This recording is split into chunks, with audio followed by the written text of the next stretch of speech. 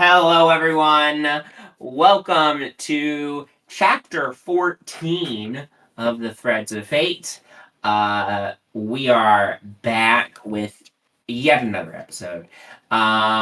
If you are excited to see the journey of these characters to a new city as the Starlight Shepherds make their way to a new destination, don't forget to like and subscribe and leave a comment letting us know which zombie they're about to fight is your favorite. Pick a favorite and then tell us in the comments. And with that all being said, let's go ahead and dive on in to tonight's episode.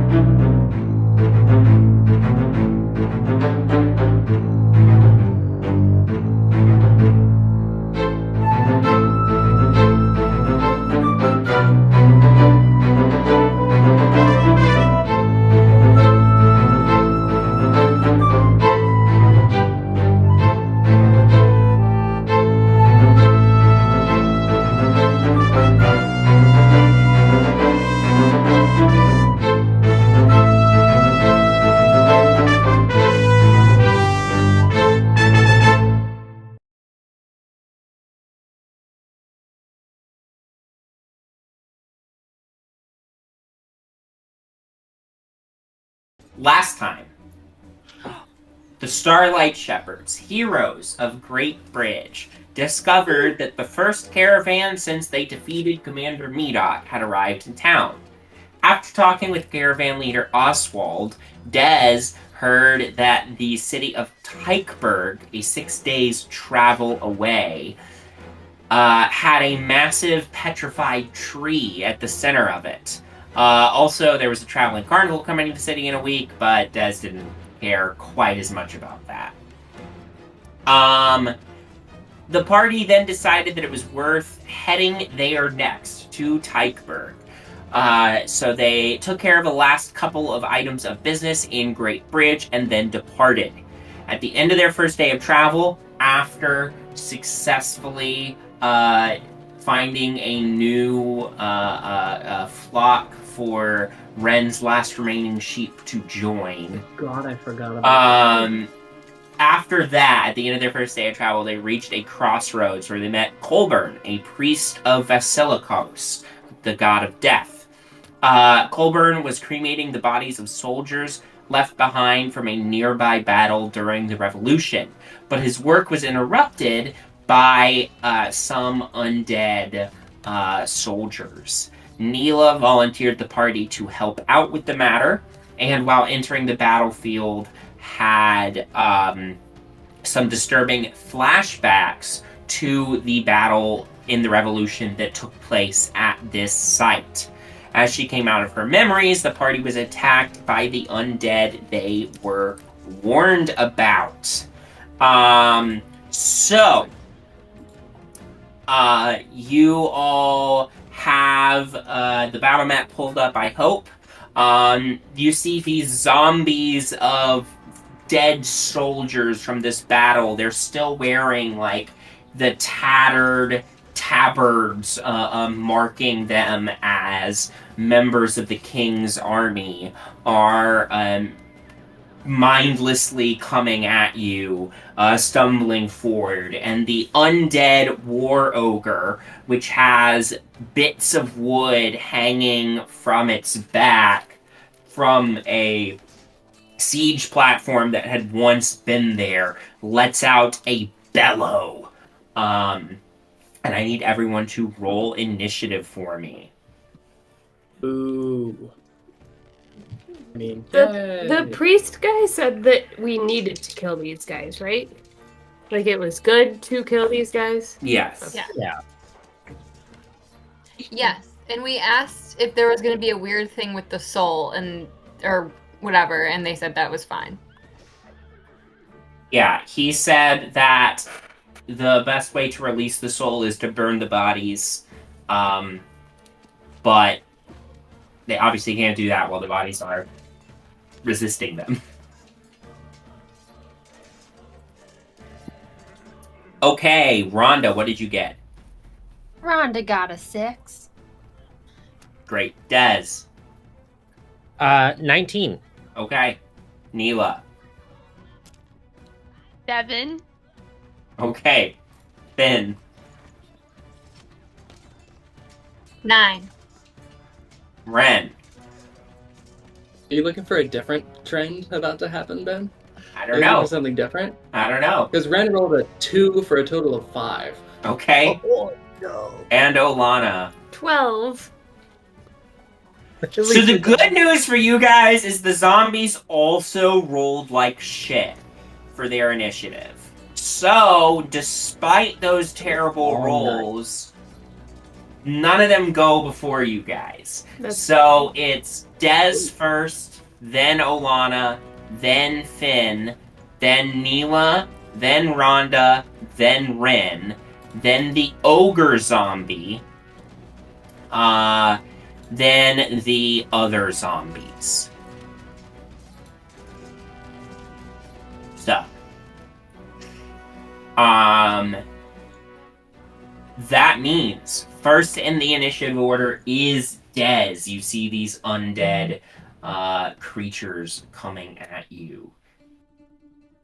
Des is going to take a second and like really study their faces specifically. Then, remembering that fire is the only way to release their souls, or the best way to release their souls, he's going to cast Flaming Sphere. Okay, great. Now, can I draw a 5-foot? Yeah, I believe in you. I believe in your ability to do it. So 5-foot would just be one of those. No, Squares so or is it fours? what? Is it a 5-foot? If it's a sphere.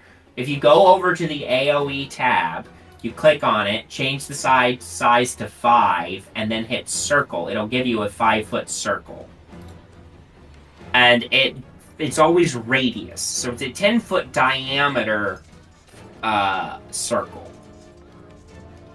Gotcha. Okay. So.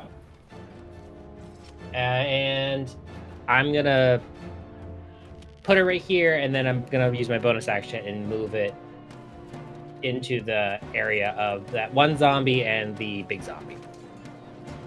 So they take 2d6 fire damage. Okay. I believe the rule of thumb is that a area of effect has to cover at least half the space of a creature for it to be affected by it. So, if you want to get the ogre zombie, you have to put the sphere fully on the ogre zombie, and not anybody else. Okay. That probably makes the most sense, right, guys? Yeah. Okay. Light 'em up. I'm gonna put it mostly on this ogre zombie. Okay, great. right. So that is it. What kind of save? A deck save. Deck save. Okay. Well, And if they fail, it's a DC 14. If they fail, get half damage. okay. That is a 15. So they do Damn. succeed, but you still get to roll half damage. All right, so that's 8. That's 4 fire damage. Already halved? Yep, that's half. Yep. Great. All right. And Des is going to kind of step a little farther back, right there. And that is a turn. Okay. Great. Olana, that brings us to your turn. I'm gonna take out my star map, and I'm gonna kind of like hold it, and then adjust it, and then I'm going to trace between some stars, and then kind of like whoosh, with my finger out and cast Guiding Bolt without using a spell slot. Nice. At the big guy. Okay. Big boy.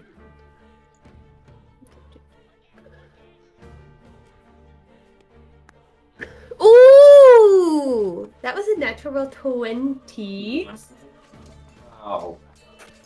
Twice Twice the dice. the dice. And any attacks on, or the next attack on it. Has Wait, no. The next attack roll made against it before the end of my next turn has advantage. Yes. So if you attack it, you also have advantage. Or you have advantage on it. Oops.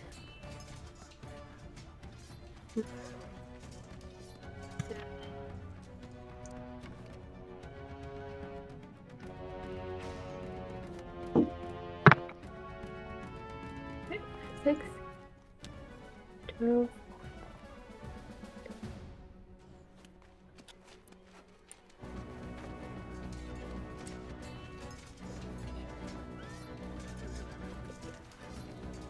Nine. The music in the background really changes things. I think I just heard an undead horse whinny. 30 points of radiant damage. 30.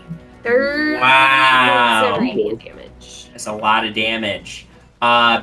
Big blast of starlight shoots from you, slams into this thing, which still twinkles with starry light. Any bonus actions or movement from Olana?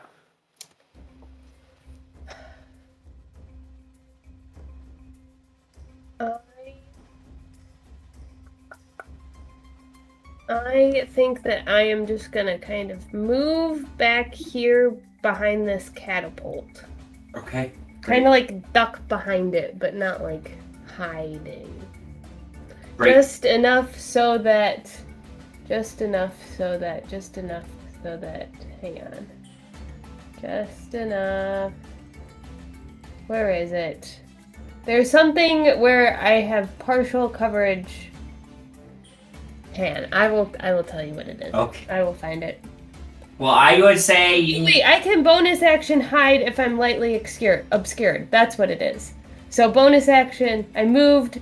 Bonus action, hide. Really? Yeah, I don't remember what gives me this. Okay. But I wrote it down on my reminders for Olana note. Okay. Kelly secretly became a rogue in this one too. Yeah, Yeah. hang on.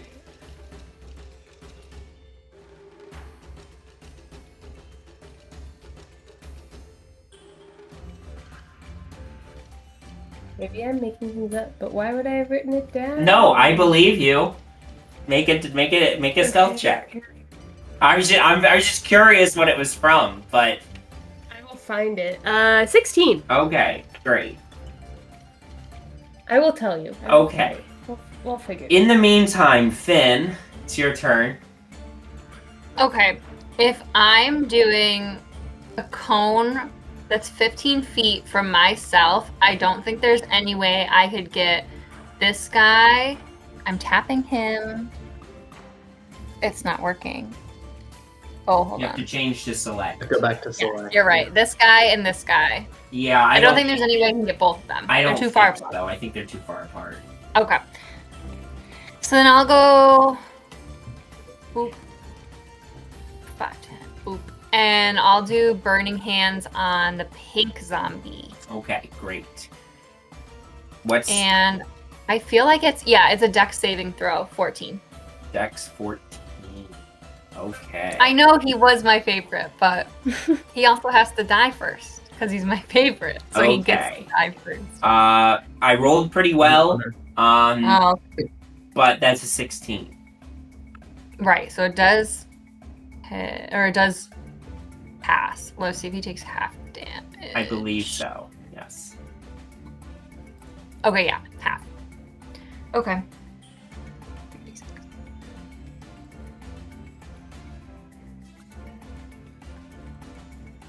Oh, it's because of my nature's mantle. Okay. That's why.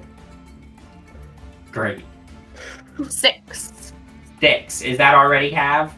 Yes, that is already halved. Right.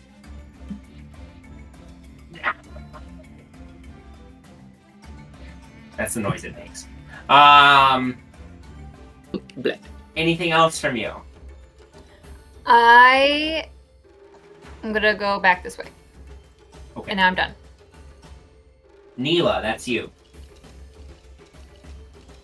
Okay. Anyone you recognize? Can I just get that as like a regular Yeah, check? make a perception check. Cool. Your best friend.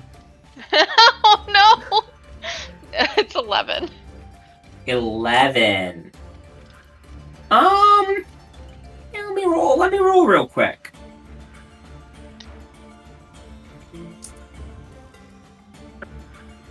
Well, I can't use that dice for the rest of the night. I think you do know one of them. Oh no! A human man. You didn't know him well. But you do recognize a human guy, in the group that you maybe shared a couple meals with, during the war. And he was really looking forward to retiring, but unfortunately, Stefan died just days before his retirement. Different kind of retirement. And Stefan is, we'll say this one. So. Great. Okay. Because this is a lot to handle. Yeah. I would like to bonus action and go into my rage. Absolutely. Okay. Zombies And are then- possessing her. how zombies So that's one bonus action.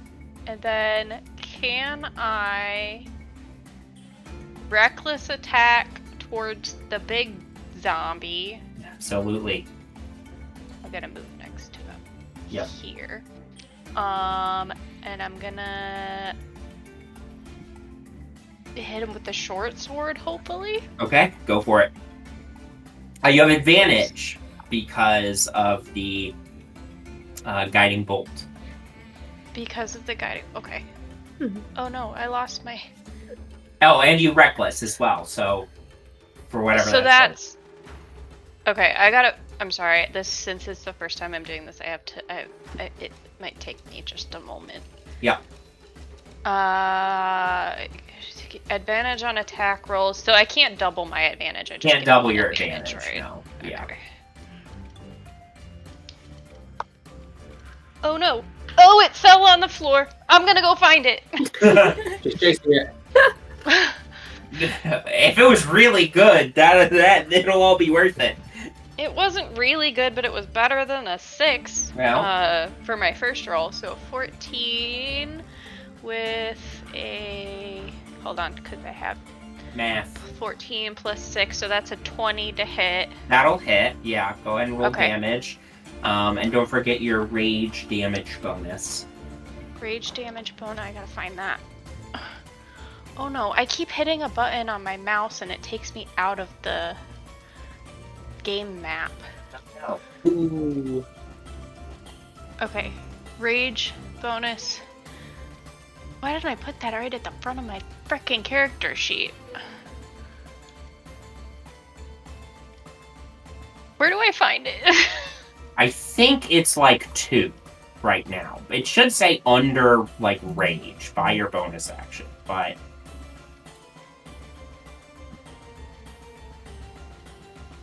Aged.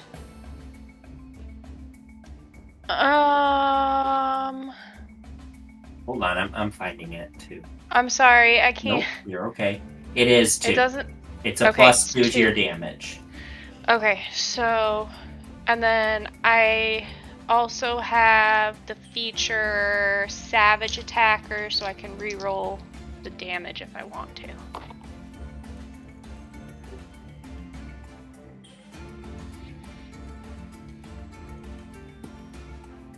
Okay, short sword is 1d6 plus 4, so 5 plus 4 is 9. Yep, 5 plus 4 is 9. Great. Is that- Plus 2 Is 11. is 11. Great. And then... Okay. Great. Yeah. I think that's it. Bonus action, movement action. You Yes. you dash up, recognizing Stefan, but ignoring him for the moment. You swing in, slashing at this thing's, honestly, I'll say, like, fully exposed Achilles tendon, with your, short sword there. Sure. And if it's right there. If it's right there. Yeah, it's Rhonda, that's your turn. Rhonda's gonna take a little bit of a step forward. Can you move me right there? Not that close, please. Like that. Yes. And Rhonda's gonna say, "Hey, big guy, why did the giant zombie get kicked out of the all-you-can-eat buffet? Because every time he went for just one more bite, the town lost another villager, and I'm gonna cast Vicious Mockery." Or Okay. sorry, Tasha's Hideous Laughter. Okay. So it's what is it? It's a Wisdom 12 saving throw. Okay. I'm just I'm here for gonna Rhonda. double Let Rhonda check. alone. He's already dead. You don't have to kill him again. Wisdom what? 12? The ogre? I'll just let you know. Yeah. Oh, he's an ogre, yes. Fine. I should have made an ogre joke. I thought he was an undead. No, he is. He's also a zombie. Okay. He's an ogre Well. zombie. That was a 9. Great. So he is laughing uncontrollably. He is prone and incapacitated. Great. Terrifying. He falls to the ground. This ogre is not alive anymore, but something in his undead body remembers how to laugh, and he falls to the ground. Well, isn't that poetic? And I'm going to wink at whichever of my friends is going next. I cannot remember who is after me. That's Wren. I'm gonna wink at Wren. Wow. Do Do I have to pay for that? No. So it's a D6 now. Bardic Inspiration. Amazing. Thank you. That's my turn. Okay. Ben, the zombie ogre hasn't gone yet, has he? Nope. He's about to. But Wren is first. Hey. Ren is gonna start running forward where everybody else is looking, especially when there's a big fireball. Kind of like catches his eye a little bit. He slows down, like starting to sprint forward and slows down watching it. And then he hears the two others off to his left who are trying to flank the party. He's not gonna have any of that shit. So I'm gonna run over to Orange Guy here and just kind of like running, just jump and kick and try and knock his jaw off his face. Great. Go for it.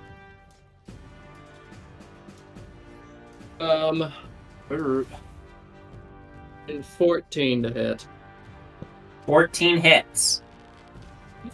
somehow. Okay. They're zombies. And the Bardic Inspiration is just to rolls. It's not to damage, correct? For me? I believe so, yes. Okay. Unless, To that. Rhonda, Bardic Inspiration, is that just a d20 rolls, or can he add it to other things? Since you're a Valor Bard, it might be different. I don't think he can. You might be able to, but I don't. As a bonus action, you can inspire another creature within 60 feet you can see or hear you. That creature gains 1 of your basic inspiration dice, 1d6, Once within the next hour, when a creature fails a d20 test, the creature can roll the bardic inspiration die and add the number rolled to the total, potentially turning a failure into a success. So just d20s. D20. Yes. But it's an hour now? Yeah. It's an hour. This Apparently, shit used to be 10 it minutes. used to be 10 minutes. Now it's an hour. Artemis would be winking right and left. If he wasn't already. Wait, hold on. Um, It also says combat inspiration.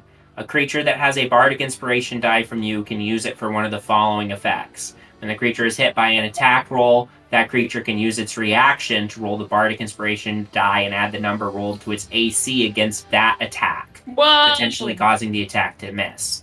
And then Shit. on offense, immediately after the creature hits a target with an attack roll, the creature can roll the bardic inspiration die and add the number rolled to the attack's damage against the target. Whoa! So you may add it to your damage if you so desire. That's pretty cool. That's crazy. Valor Guards. Valor Dance Guards. as a reaction Thank to you, my Ben. AC. That's nuts. Wow. We love bards on this channel. We do. Mm-hmm. Okay. Well, I'm probably going to take 2 hits of this guy. So the first one, I'll just do normal.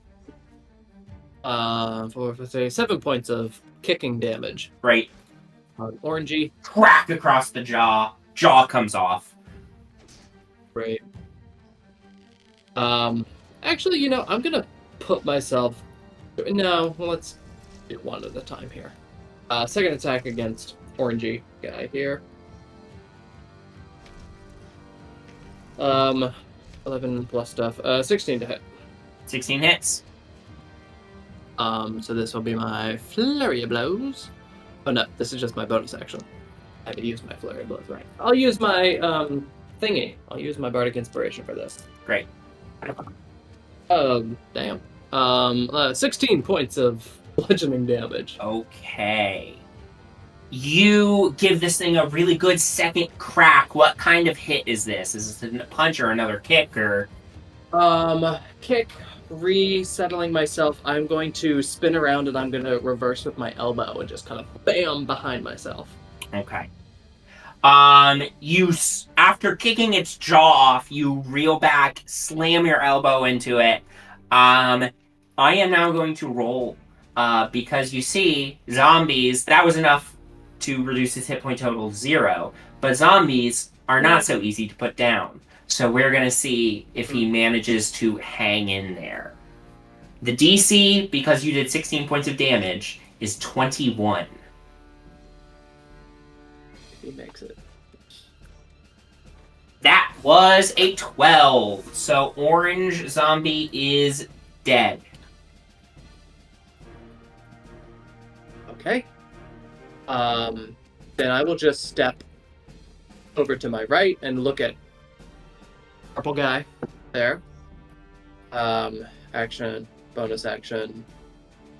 I think that is Wren. Great. Yeah.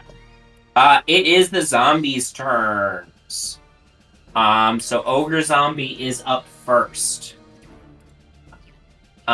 So Sam, flaming sphere, does it take effect at the beginning of the creature's turn if it starts there or if it ends there? If it ends there. It ends there. Okay. So, here's the deal. Ogre zombie is prone and cannot get out of prone. It is also incapacitated, which means that it can't take any action, bonus action, or reaction. But it doesn't say anything about movement. While prone, a creature can move just half of its speed. So it is going to move inch away from the flaming sphere. 5, 10. How much movement does he have? 15. Gonna move there. He does, upon moving there, leave your threatened range, Neela, if you'd like to make an attack of opportunity. Hell yeah, I want to make an attack of opportunity. I would like to attempt to stab him with my spear, I guess. Go for it. It's a 13 to hit. Okay. You technically still have advantage because of reckless. Oh yeah. Okay. If you want to reroll, a 13 would hit, but you should reroll to see if you get a nat 20. I didn't. Okay, but you hit, so go ahead and roll your damage. Okay. So spear is 5 piercing damage, but also because it is one of my weapon mastery spears, the creature has disadvantage on its next attack roll. Great. Good to know. Okay. Unfortunately, that is all the ogre zombie can do, so now it's time for the other zombies to go. Zombies, not that smart. So they're just going to move towards the closest thing near them. So they're going to start closing in on you guys. So Neela, we've got 2 closing in on you. You are raging. But but because you reckless attacked, they get advantage against you. Yeah.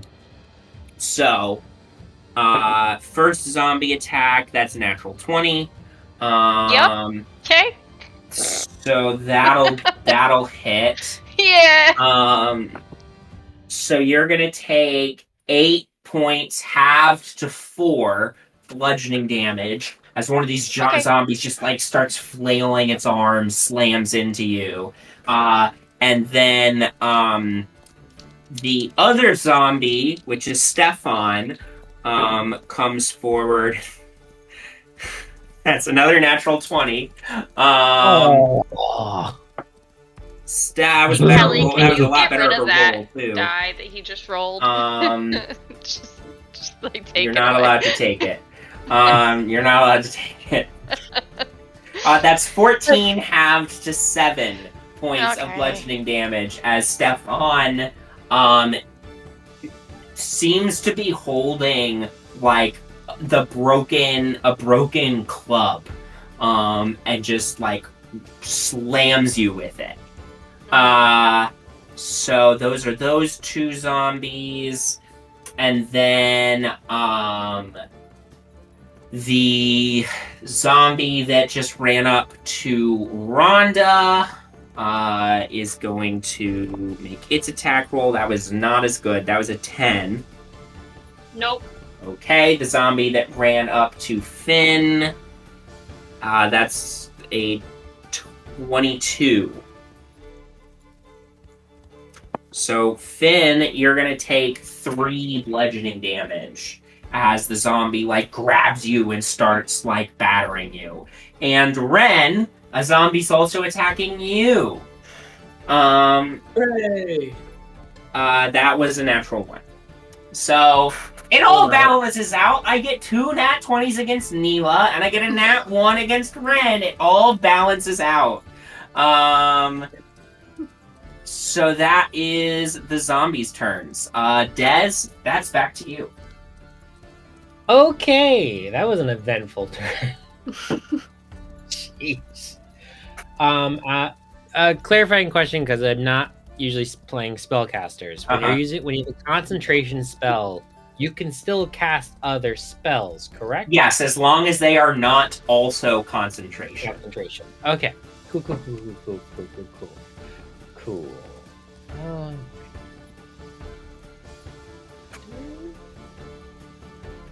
Alright, that is not concentration. Alright, I'm going to bonus action move my flaming spear down to... Is that technically half the zombie? The one by Neela? Yeah, I'd say it is. It's not half of the ogre, but it's half of the... That's fine.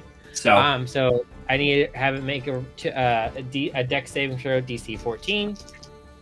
Yep. Oh, and I needed to make another save for the ogre zombie. I need to make a save for the ogre zombie on Tasha's as well. But That was technically a 0 on the zombie's dex save for the flaming sphere. So, 10 fire damage. great. I don't think that one's been hit yet, but that's a lot of damage for that zombie. And then let me make. What was the wisdom save for Tasha's hideous laughter? 12. 12. That's a 15, so that'll succeed. So he's no longer bound by Tasha's. He's still prone. Won't be able to get back up until the start of his next turn. But, Still advantage, though. still advantage while he's prone, yes. As he's prone, yes. Yes. Okay. That was your bonus Then- action. Yep, and now for my action, I'm going to do magic missile and hit the one on Neela's left 1 time and the other one 2 times. Great. So I'm gonna roll damage. If I can find a D4. Do you need a D4? Nah, I got it. Hell yeah. 5. So it's going to be 5 damage for the one on the left and 10 damage for the one on the right. Okay. So, the one that you're hitting with just 1 is the one that you did the flaming sphere on, correct? Yeah. Okay. Yeah. So, you send out these bolts of arcane energy to slam into Neela's old friend Stefan, who staggers, drops his club, and the other slams into the other zombie that was attacking Neela. I have to now roll to see if it survives the hit. The DC for that, because you did 5 damage, is 10.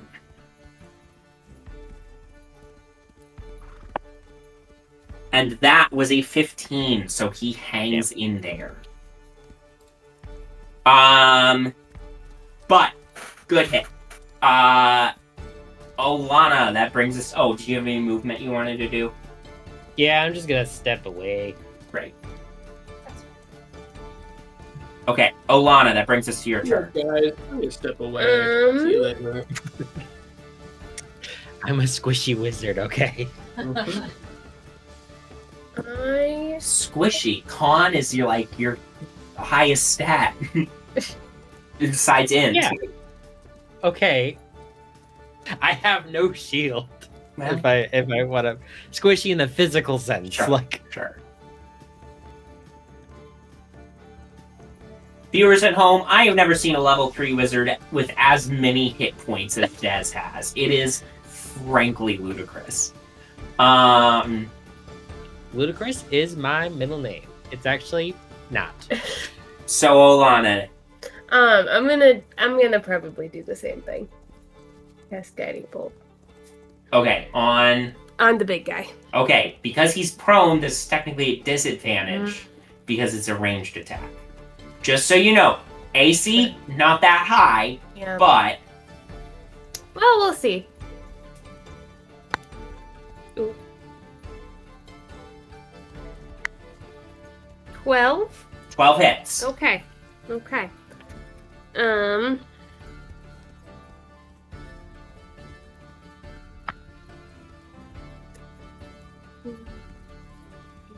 15 points of radiant damage. 15 points of radiant damage. Very good. And he's sparkling again. So Yeah. when he stands back up, he will no longer. Somebody will still have advantage against him if they don't hit him before that. Right. Okay. How's he looking? He's looking rough. This ogre's. Oh, he's already looking rough. But Well, yes. his Achilles tendon has been slashed. He's taken a couple of big guiding bolts. He's got these singe marks on him from those. And he also has singe marks on him from the flaming sphere. I think the wooden scaffolding that was still attached to his back is fully on fire still. So not looking good. Definitely below bloodied. So that was your action. Any bonus action or movement from you?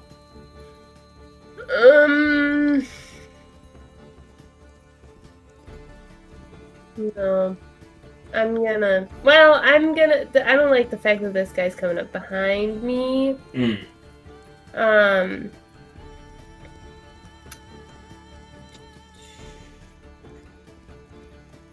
So I might move over here. Okay. Fyn, that's your turn. Okay, I'm gonna go after this pink guy in front of me again. Yeah. And is an opportunity attack a reaction, or is that separate from a reaction? It's a reaction. So if you already used your reaction, you can't take an opportunity attack? Correct. Okay. Until your next turn. Right. I'm gonna cast Dissonant Whispers. Okay. So they have to succeed a 14 wisdom save, the zombie in front of me. Okay. That was a 10. So they fail, so they're gonna take 3d6 psychic damage. Okay. And I'm gonna expend a sorcery point to re-roll one of my dice. Great. Better. So that's 14.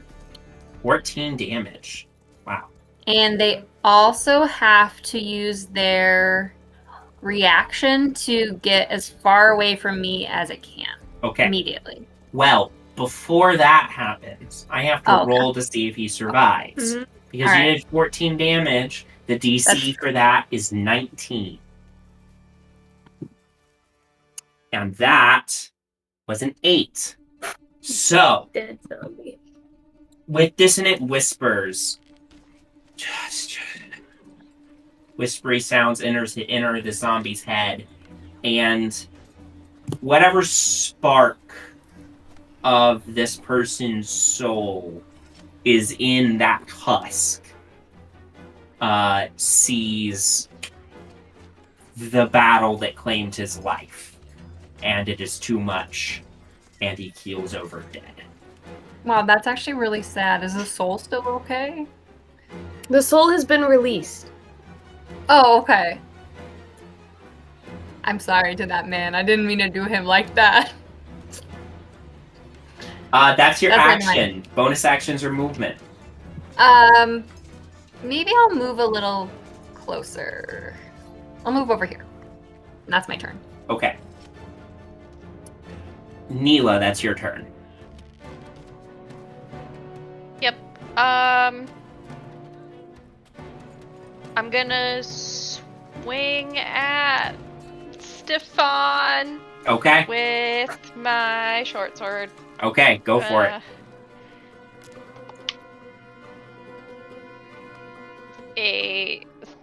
18 to hit. Yeah, that hits. Okay.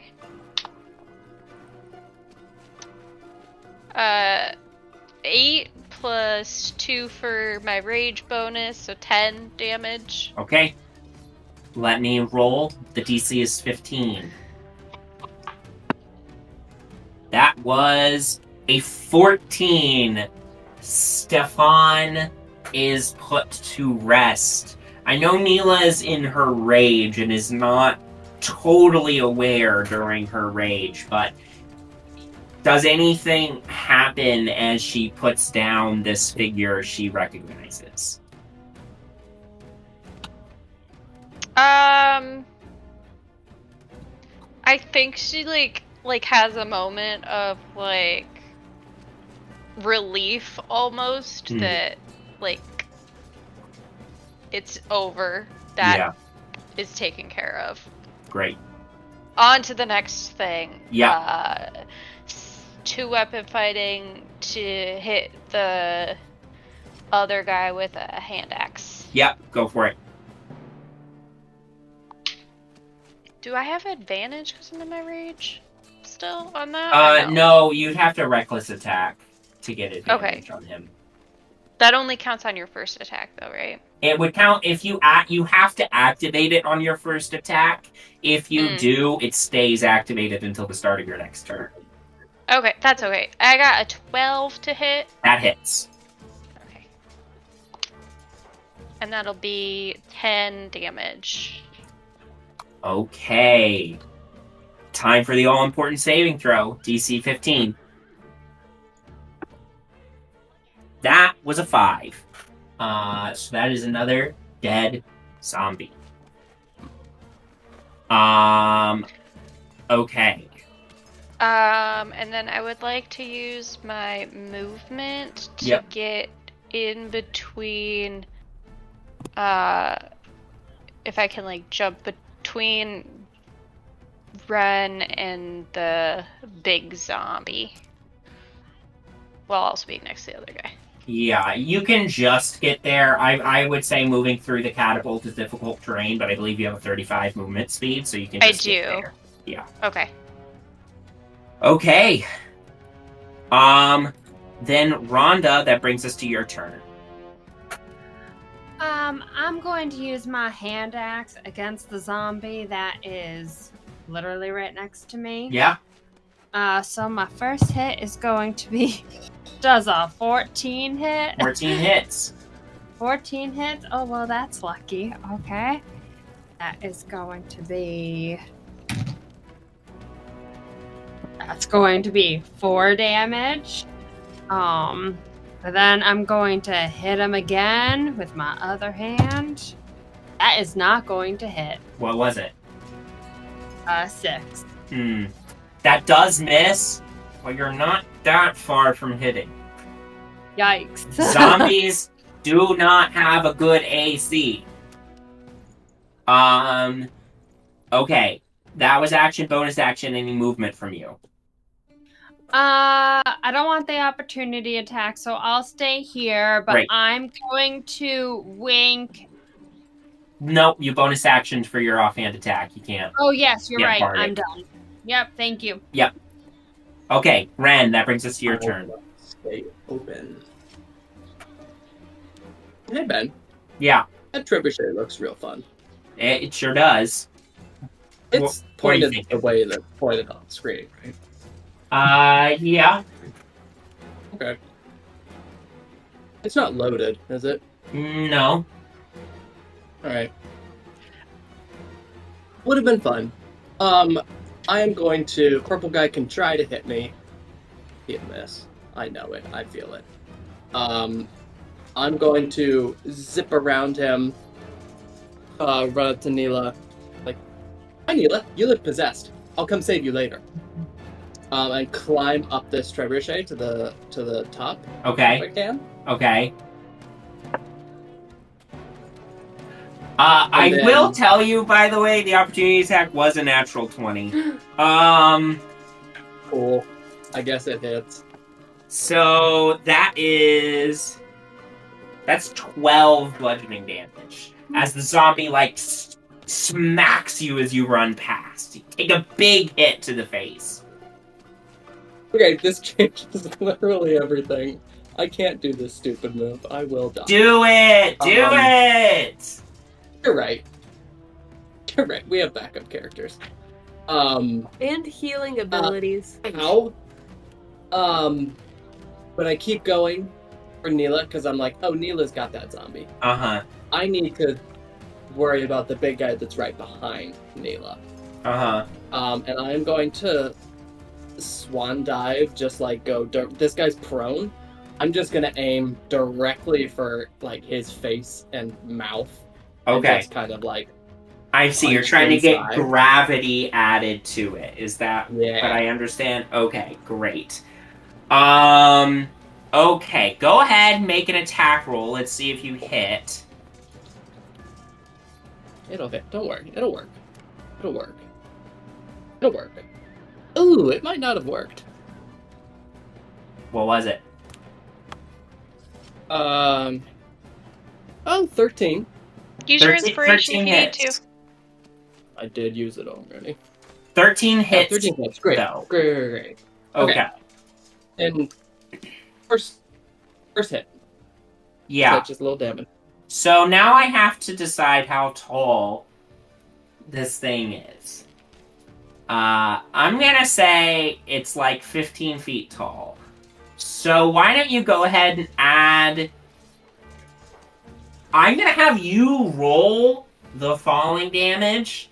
Because it's between 10 and 20 feet, that's going to be 2d6, I believe. So you can add that to your damage roll. The kicker is you will take, because the zombie is partially cushioning your fall, you will take half of the d6 damage, of the 2d6 damage, okay? Yeah. This could go very badly. It's gonna be fine. Okay. It's gonna be great. Okay. Half of the 2d6 is coming back to me. Half of the 2d6 is coming back to you. Alright, so we'll do 3d6 total, but 2d6. Fuck. Okay. So that's 7 on the 2d6. Okay. So 3 damage to Wren. Ouchie. And then... 7. Yeah. 17 points of bludgeoning damage total for the big guy. Okay. Big hit. You jump up, you fall, bringing your fist down with the force of your muscles and gravity. You take a big hit as you slam into it. You roll off the side, but you can tell you dislodged this thing's jaw. It's half hanging off. He's trying to stagger to his feet, but he's looking really rough. It has a tongue, right? Yeah. Over here, half in its mouth. I'm gonna reach in, grab its tongue, and try to impale the tongue on one of its teeth. Okay. Is that your second attack? Just kind of slam. Yeah. Go ahead. That'll be my second attack. Yeah. Go ahead. Make your bonus action attack. It's the worst kind of tongue piercing. Also, 14 to hit. That hits. Go ahead and roll your damage. 10 points. Oh no, 10. 8 points of damage. 8 points of damage.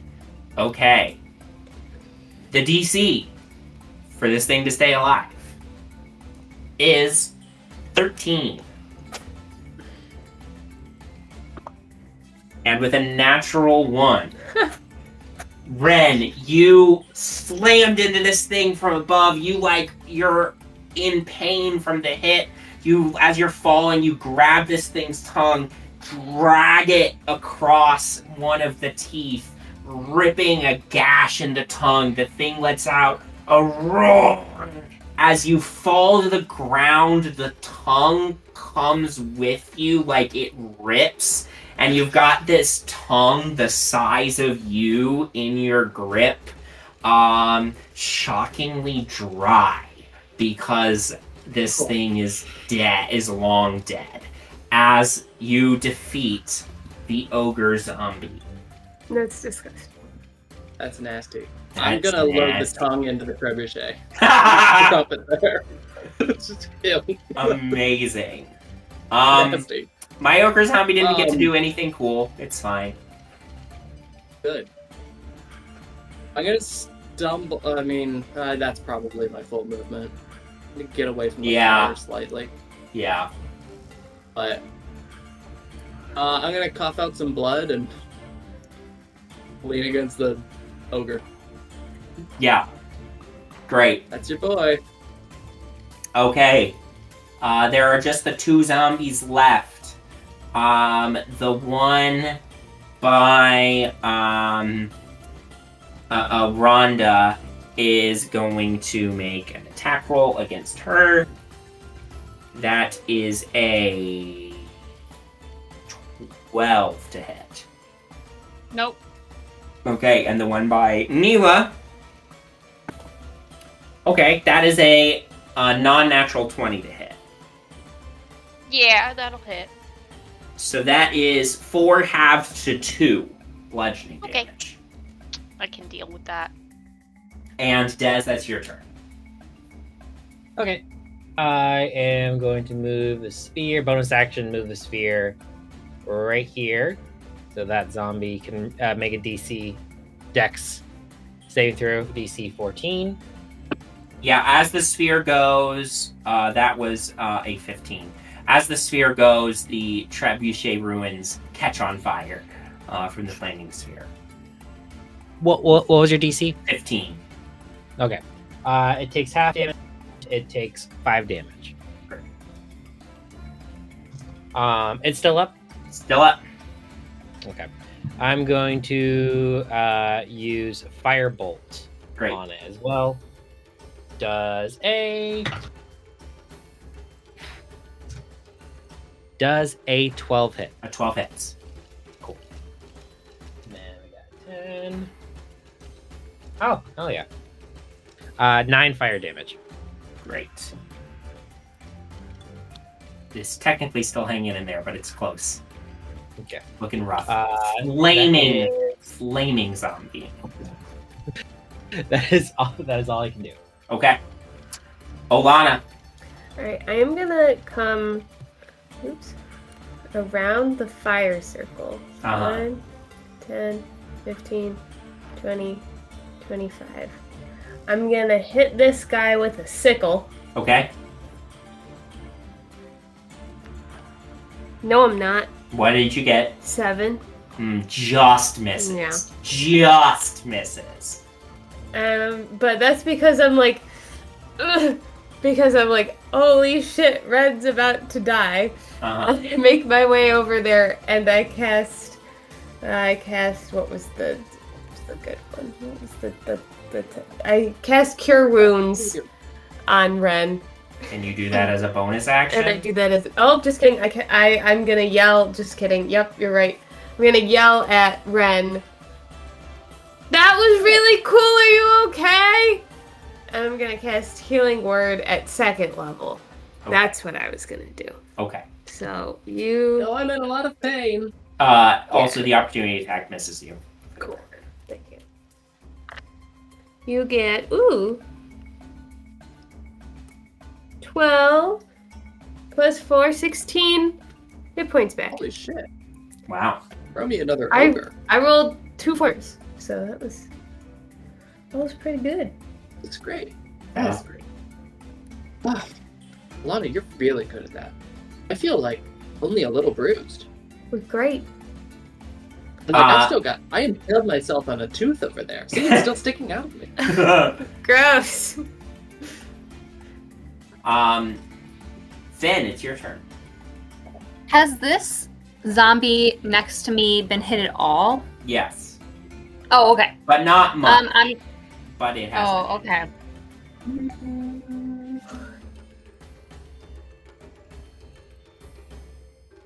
Yeah, I'm gonna do a cantrip. I'm gonna do Sorceress Burst, so that is going to be a 19 to hit. 19 hits. And going to be... Oh! I'm gonna reroll it. I'm gonna use a sorcery point and reroll that. Oh, jeez! Okay. That's gonna be 2 fire damage. As a friendly reminder, we still have our DM reroll. Yeah, it's for only for d20s. Only for But yeah, right. Yeah, Yeah. not for hit points. Yeah. Yeah. My first roll was a 1. Well, a So 2 you roll- is better. You doubled. Yeah. You did double it. You're so right. Neela, that's your turn. Yeah, There's I'm just gonna flaming zombie. swing at him. Go for Swing it. at him with my... Actually, you know what? I'm gonna hit him with a spear, Go for it. I think. Okay. Nope, hand axe. Sorry. Okay. That's also fine. It's a 20, non-natural 20 to hit. Yeah, that hits. Okay.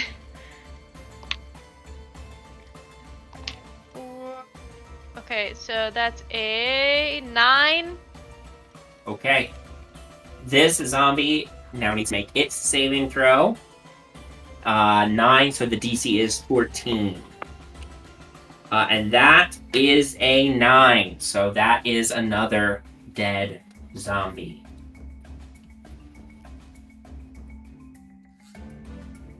Great. I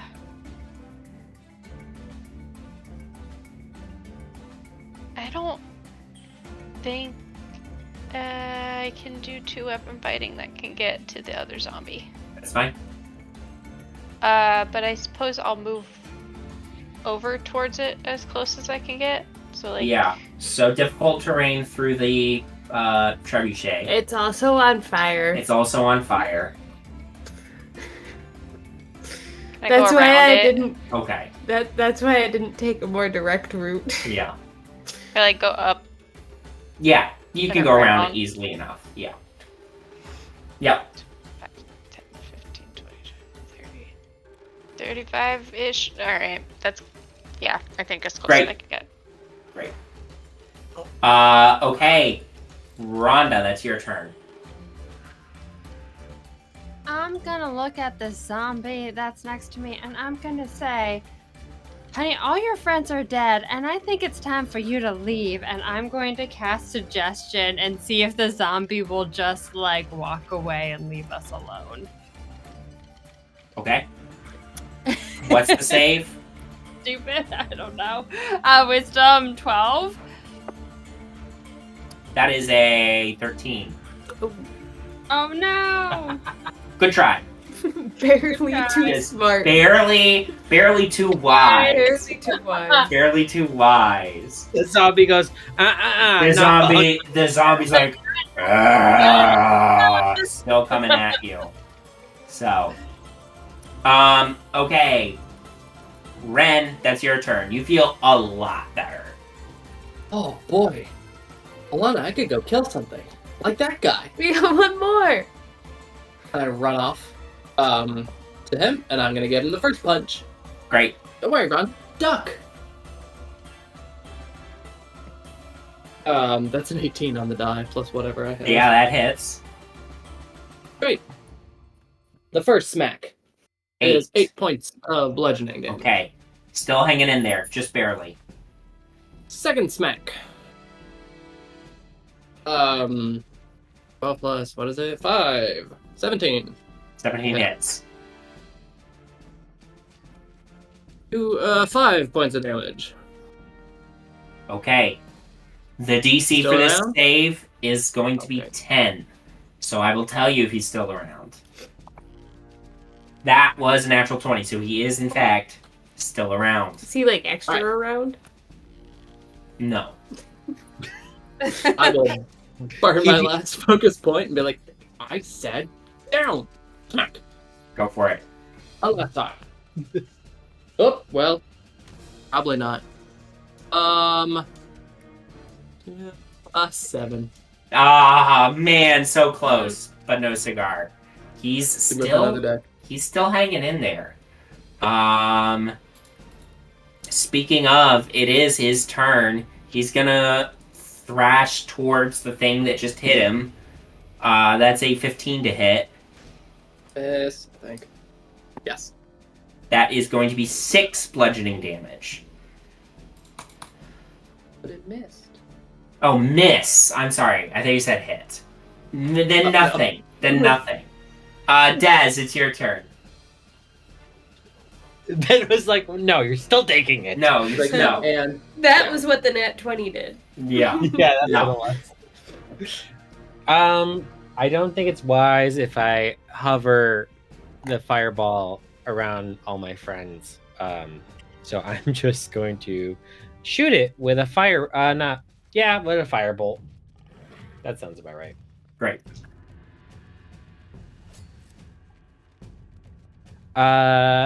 15 to hit. 15 hits.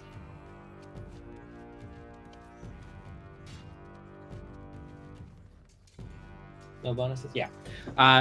That is a 7 fire damage. 7 fire damage. The DC is now 12. if this thing lives, outlives us all. That's a 15. Oh my god. Hell yeah. Let's add him to the party, honestly. Ola, it's your turn. Kill this fucking zombie. I'm gonna take out my map again and do my little Uh-huh. and cast Guiding Bolt again. Uh-huh. 12 to hit. 12 hits.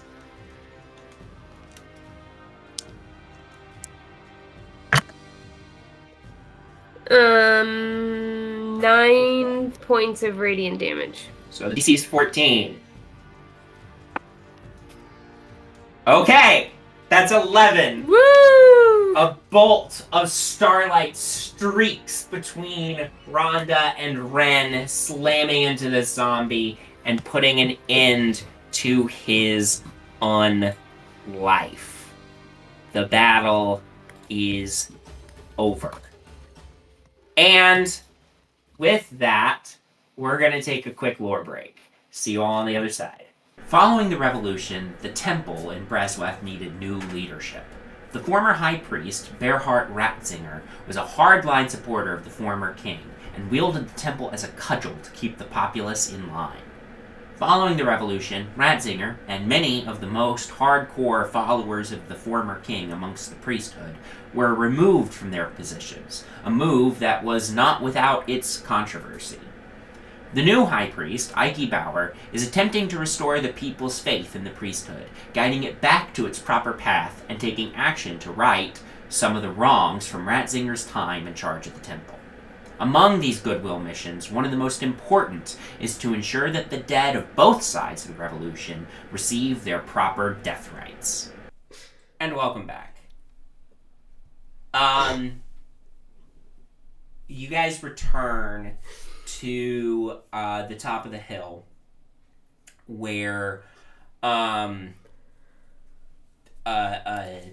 Colburn is continuing to oversee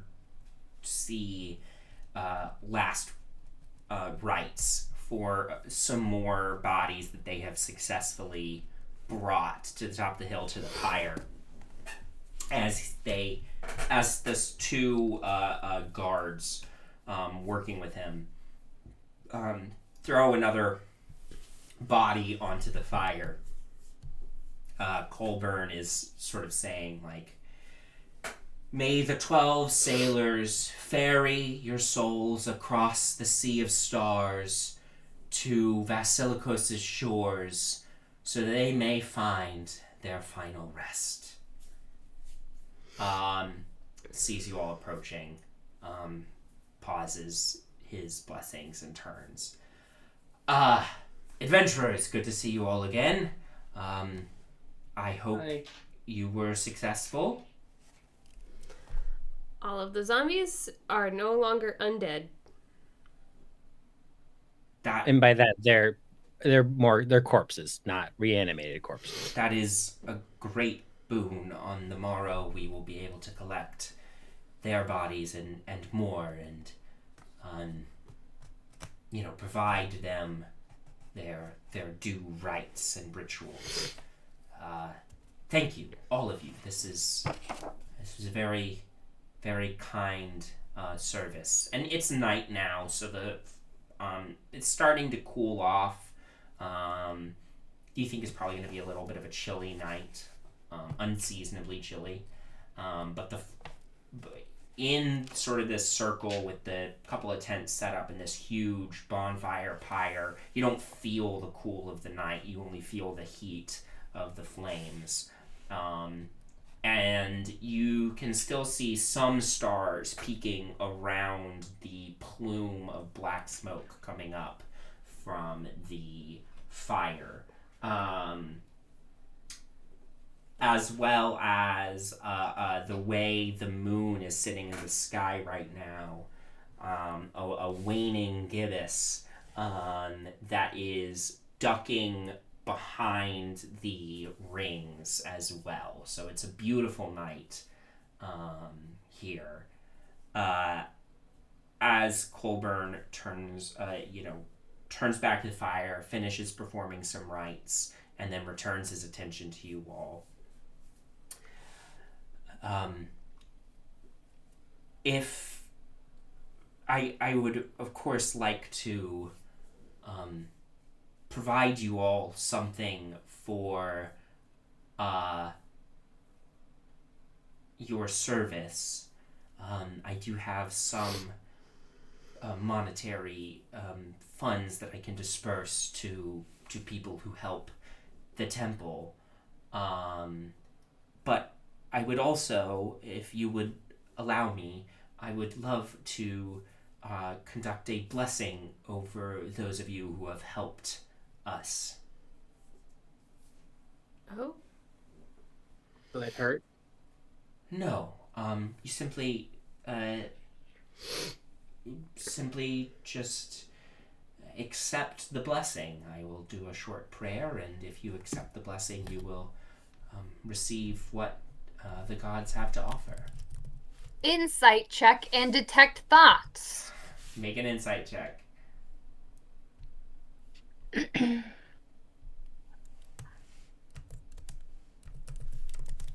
That is an 12.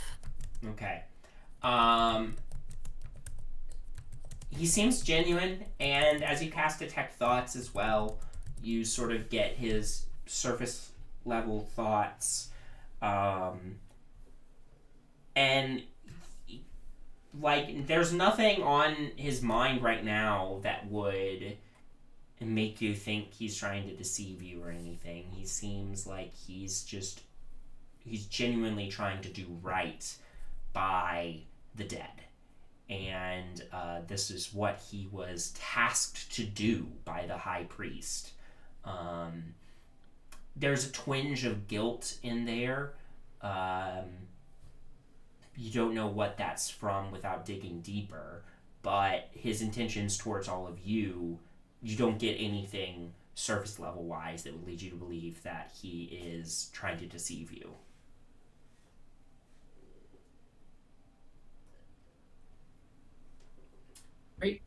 I wouldn't mind a Just so blessing. you know, just so you know, in about 3 to 5 minutes, the fire will burn through a rope on a catapult, and a flaming tongue is going to come flinging over this direction. So just heads up if that happens during the blessing. Oh, should we go put that fire out? We can. It's raging. I just cut to you coming here. We can say you took care of it before coming here. We didn't have to role play out taking care of the leftovers of the battlefield. We all run back. You run back, take care of it, come back. Okay. Colburn sort of stands before you all spreads his arms wide and says,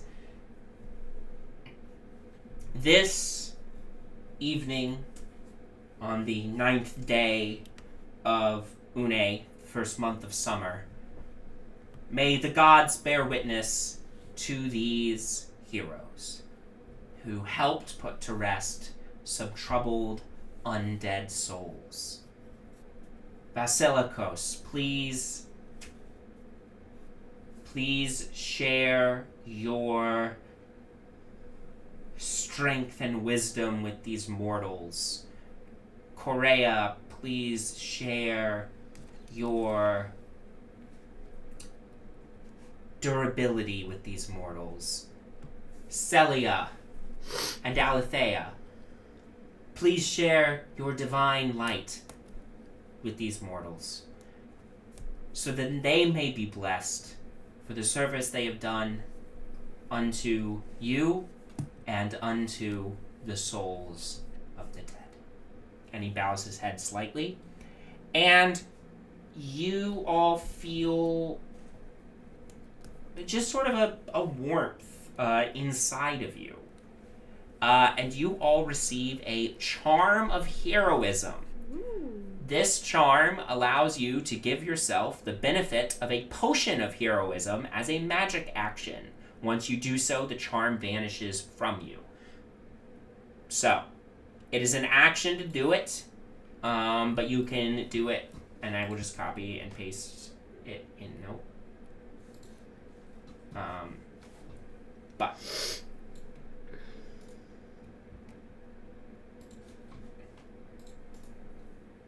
that is... This feels weird.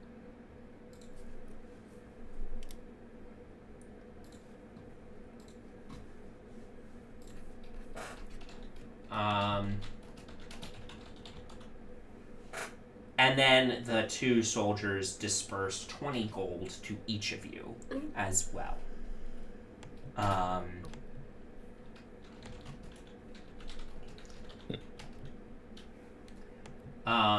Colburn says, if If you would like, you all are welcome to camp here for the night. If that... I know not where you are traveling, but perhaps you would be welcome to share our campfire and our site. Might be a smart idea. Yeah. Probably. Safety in numbers. Thank you.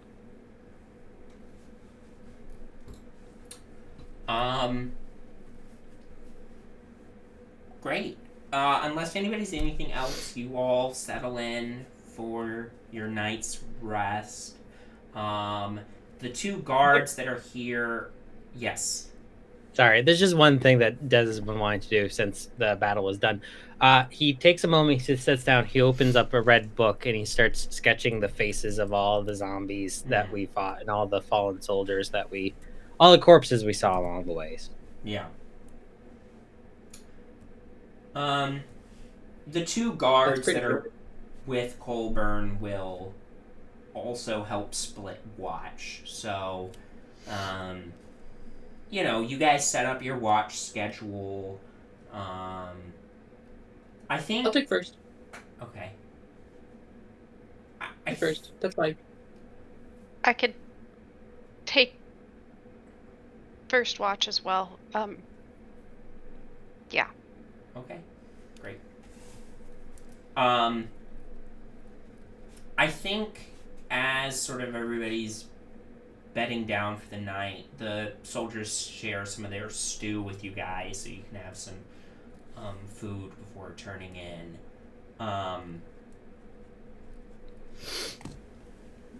Neela, I think... What do you think is going through your head?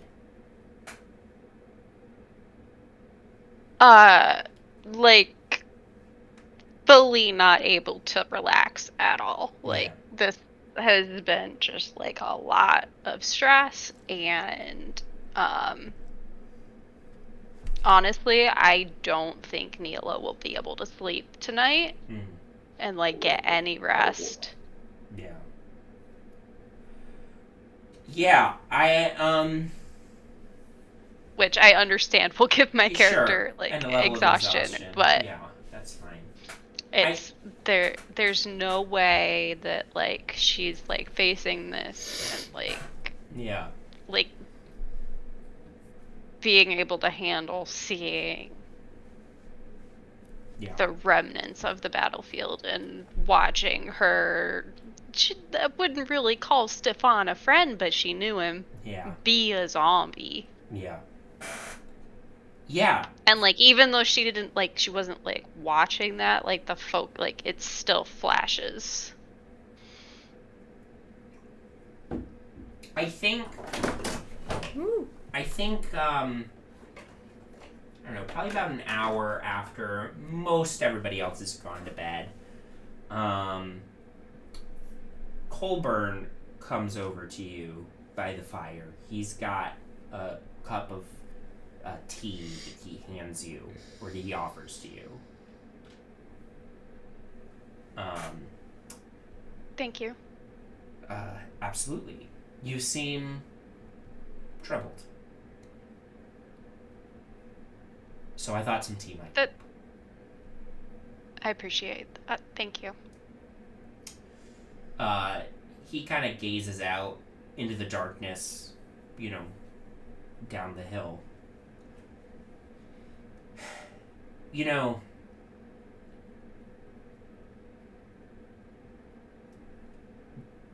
I've been a priest for a long time.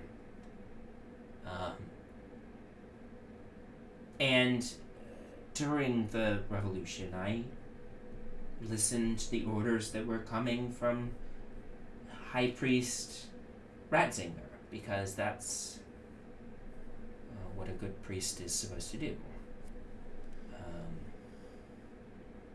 But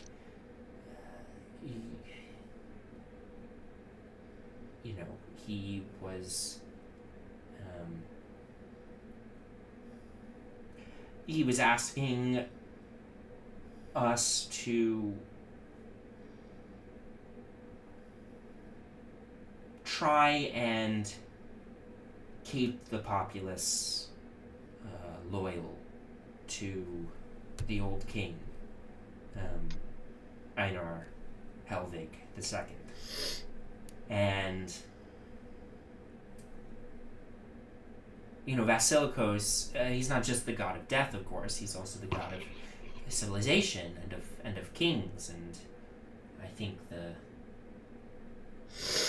our fraternity within the temple, at any rate, tended more towards trying to support that power structure. And I had misgivings about it, but I thought I was doing what I was supposed to do. And it was, when the war ended, when there was sort of a reckoning with everyone, it was, I had a crisis of faith. How could I have been led so badly astray by someone who I trusted?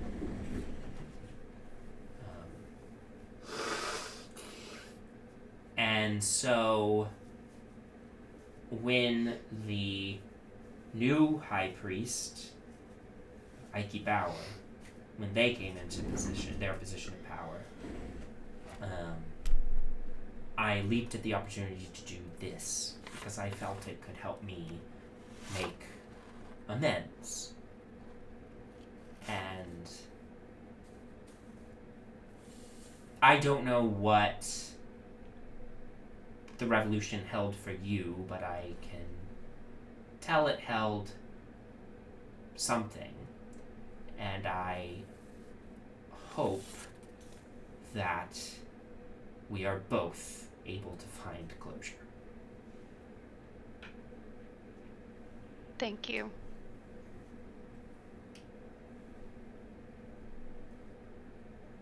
I'm not sure, though, that what happened can ever really be amended fully.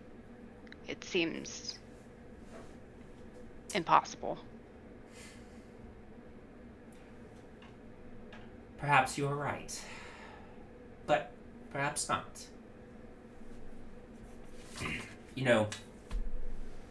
When we die, our souls are judged by Vasilikos. He looks at all we have done over the course of our life, all the good and all the bad, and he tries to determine where we should fall as a result. And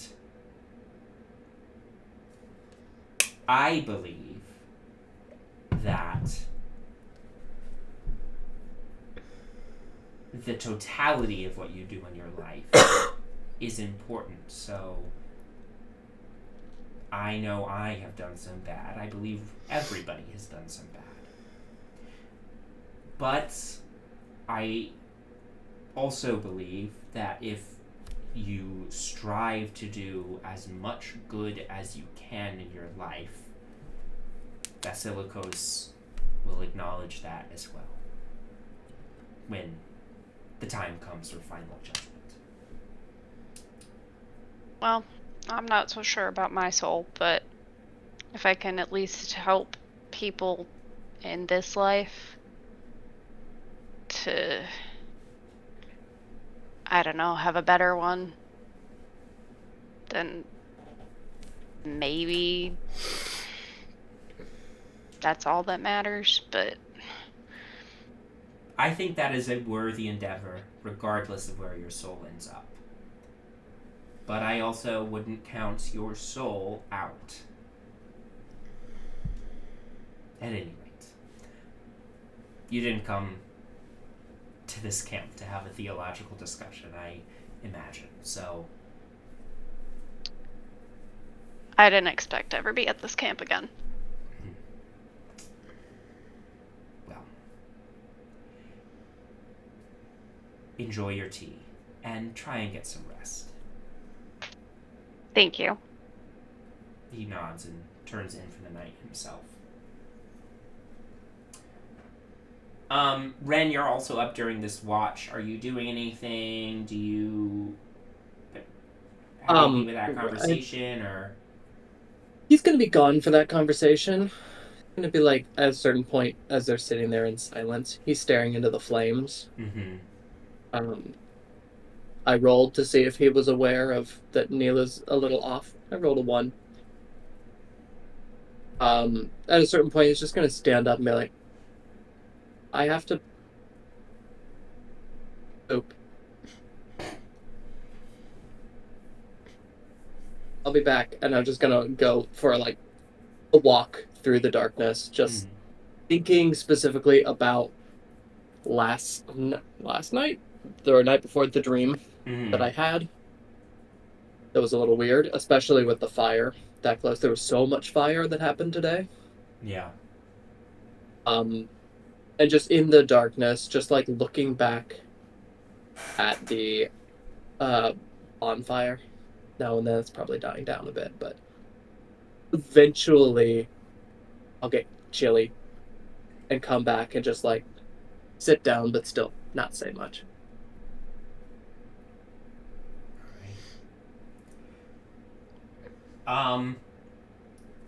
Unless anybody has anything else they would like to do during their watches, we can skip ahead. So, Olana. I just wanted to leave a druidic message nearby to just like let other druids who are passing by know about Bloom's efforts to clean up the river. Great. So that they can lend a hand if they so choose. Great. That was all. Great. The next morning rolls around. Neela, if you didn't get any sleep, then go ahead and take a level of exhaustion. But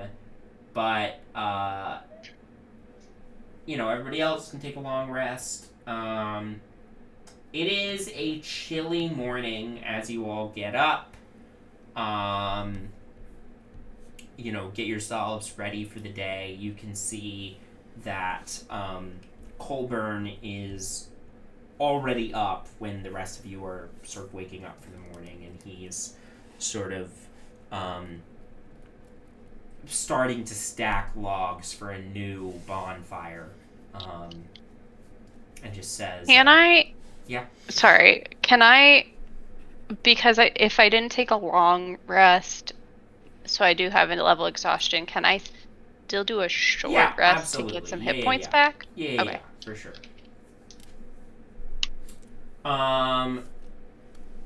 You guys, you see Colburn stacking logs for a new bonfire, a new funeral pyre today. And he sort of greets all of you, shares some of the morning porridge that they made, and says, well, we are back to our duty, but I wish you all safe travels on the road ahead. Which way are you heading? Are you heading towards Teichburgh or Torwald? Teichburgh. We're going to see the rock tree. Very nice. Well, enjoy your visit to Teichburgh. I believe it's still a 5 days journey from here, but so safe travels. With any luck, the weather will remain pleasant for you on the trip. Thunder. And you all depart.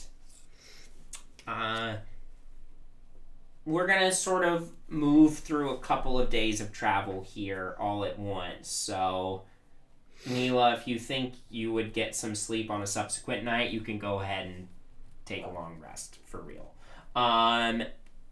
But you guys make your way along the King's Road through fields and farmland, and the further you move away from Great Bridge, the higher percentage of farms that are actually like active you see are. There's also sort of occasionally you pass by, an abandoned siege weapon from the Revolution, like left in a field that like farmers are plowing around.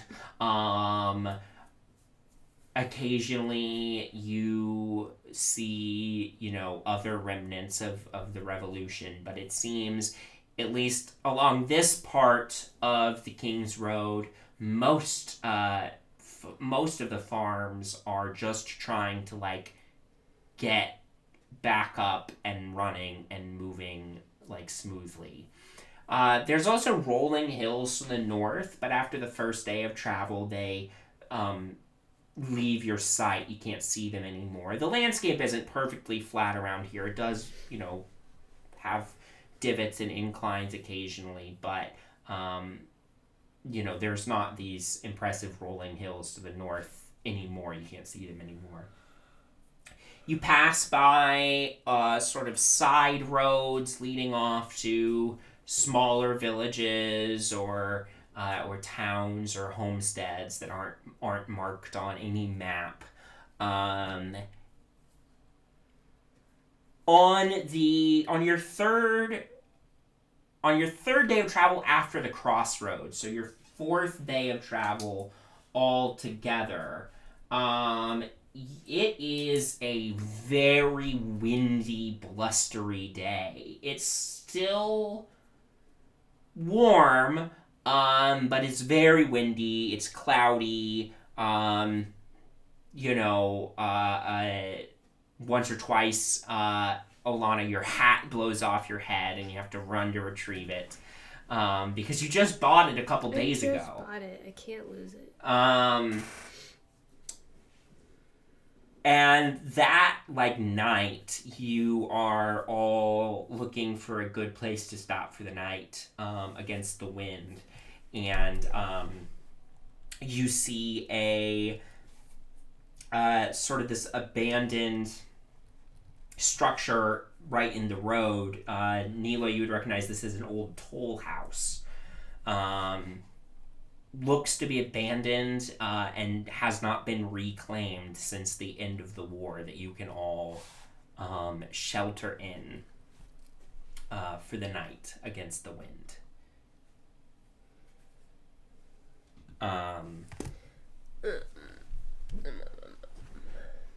Yes? I didn't actually. I was checking to see if I had anything that could help. So, in a moment. Just a bunch of disgruntled noises, and Ben goes, "What?" And Kelly says, "It was nothing. Don't worry about it." Okay. Don't even worry about it. So you all go into this abandoned toll house. What was that? Scary. I don't like that you're explaining this. Well, this is a moment for you. Insight check the toll house. You can't insight check the toll house. Can I insight check the DM? You cannot insight check the DM. You can make an investigation check. I was transitioning us into an active scene as opposed to me just describing it. There's not necessarily anything nefarious going on. Nervous. Wow, an 8. An 8 on your investigation. I have a minus. Wait. Yeah, I have a -1 investigation. Well, man, if only Des had been helping me.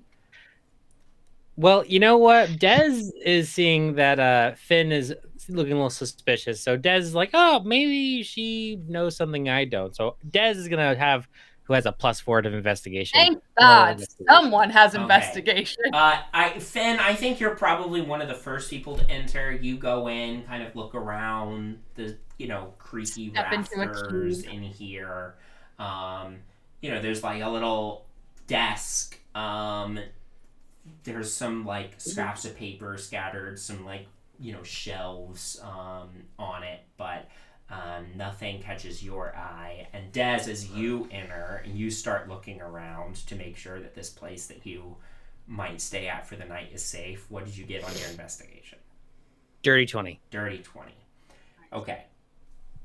As you are looking around here, you notice that the floor in front of one of the like shelves behind the toll collector's desk, you notice that there's like scrape marks on the floor by one of those shelves. Hey, Finn, I think I found what you were looking for. I think there's a shelf. There's shelf moves. Is there, if I like put my ear to the wall, can I hear anything? Make a perception check. That I can do. Help me on the bookshelf. 15. 15. You don't hear anything on the other side. Do we want to move this desk? Should we have everyone else come in just in case something Are people happens? not coming in? Well, do we need to mess around with this stuff? We just need to...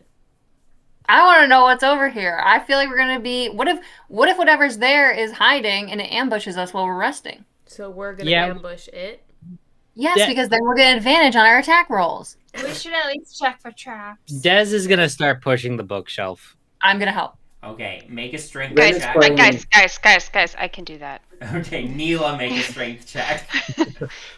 Oh, Ren is playing in the wind. I mean, if you want to try, I'm more than happy to let you try. I would but- like to try. Okay. Wait, before... What is Wren doing? Ren's just pretending he's a kite and trying to get blown away in the wind. Great. And what is Olana doing? I would like to cast Detect Magic. Okay. You cast Detect Magic. You actually, on the other side of this shelf, do get a ping of, I think it would be evocation magic. Okay, well, there is something on the other side of this. But, like, not That's what right I've on the been other side of it, saying. somewhere somewhere beyond it. Yeah. So, be careful.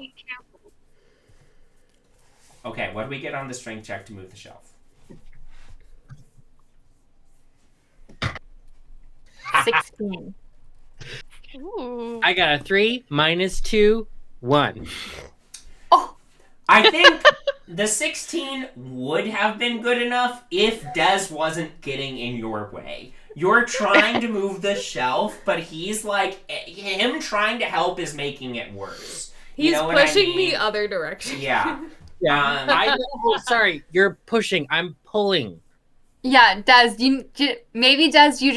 how about you spot me and you just stand next to me and you help me, and that's good. How about That sounds like a neither great idea. of you do that, and I can move it, and you can stand over there, just so you don't hurt yourself.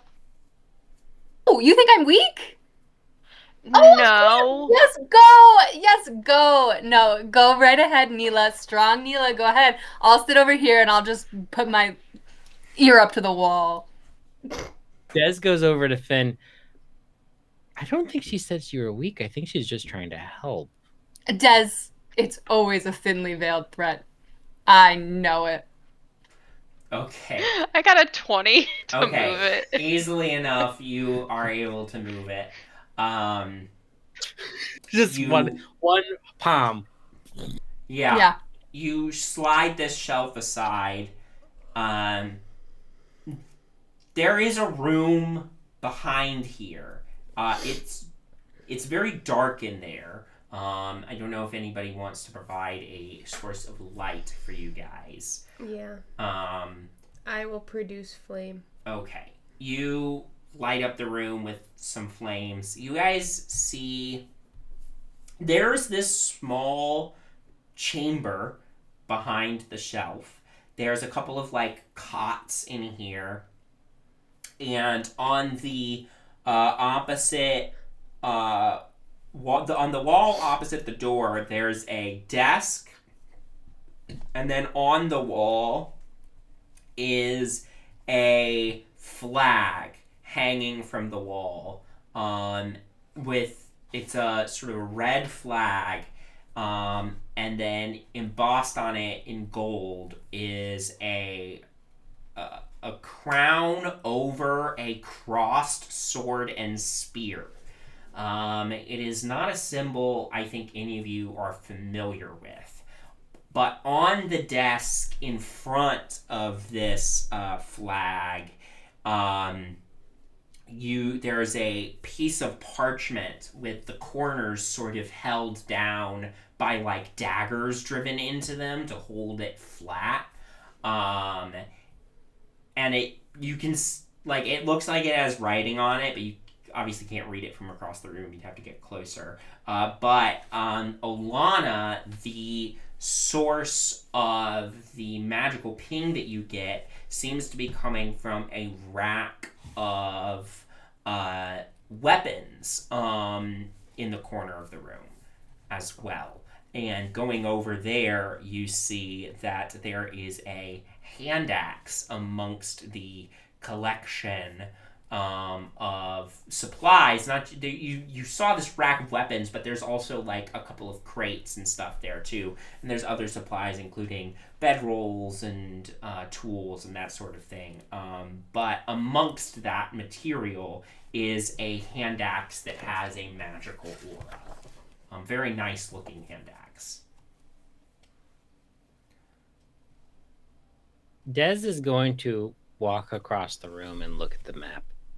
Yeah, it's not a map, it's a message. Written on this parchment, you see writing that says, "Brothers, sisters, and others, followers of the true king, enjoy this refuge from the false authority that now rules the kingdom. Take what you need, and always remember, a false king will not last long when a true monarch comes for the throne." I relay that to everyone else in the room. Oh, we probably should get Wren. He might fly away. What? The wind smells like pizza. Wren's pretending he's a kite. Yeah. I was gonna say, how do you know pizza? But we were talking about pizza. Right. Yeah. Right. So it seems like this place is up for grabs.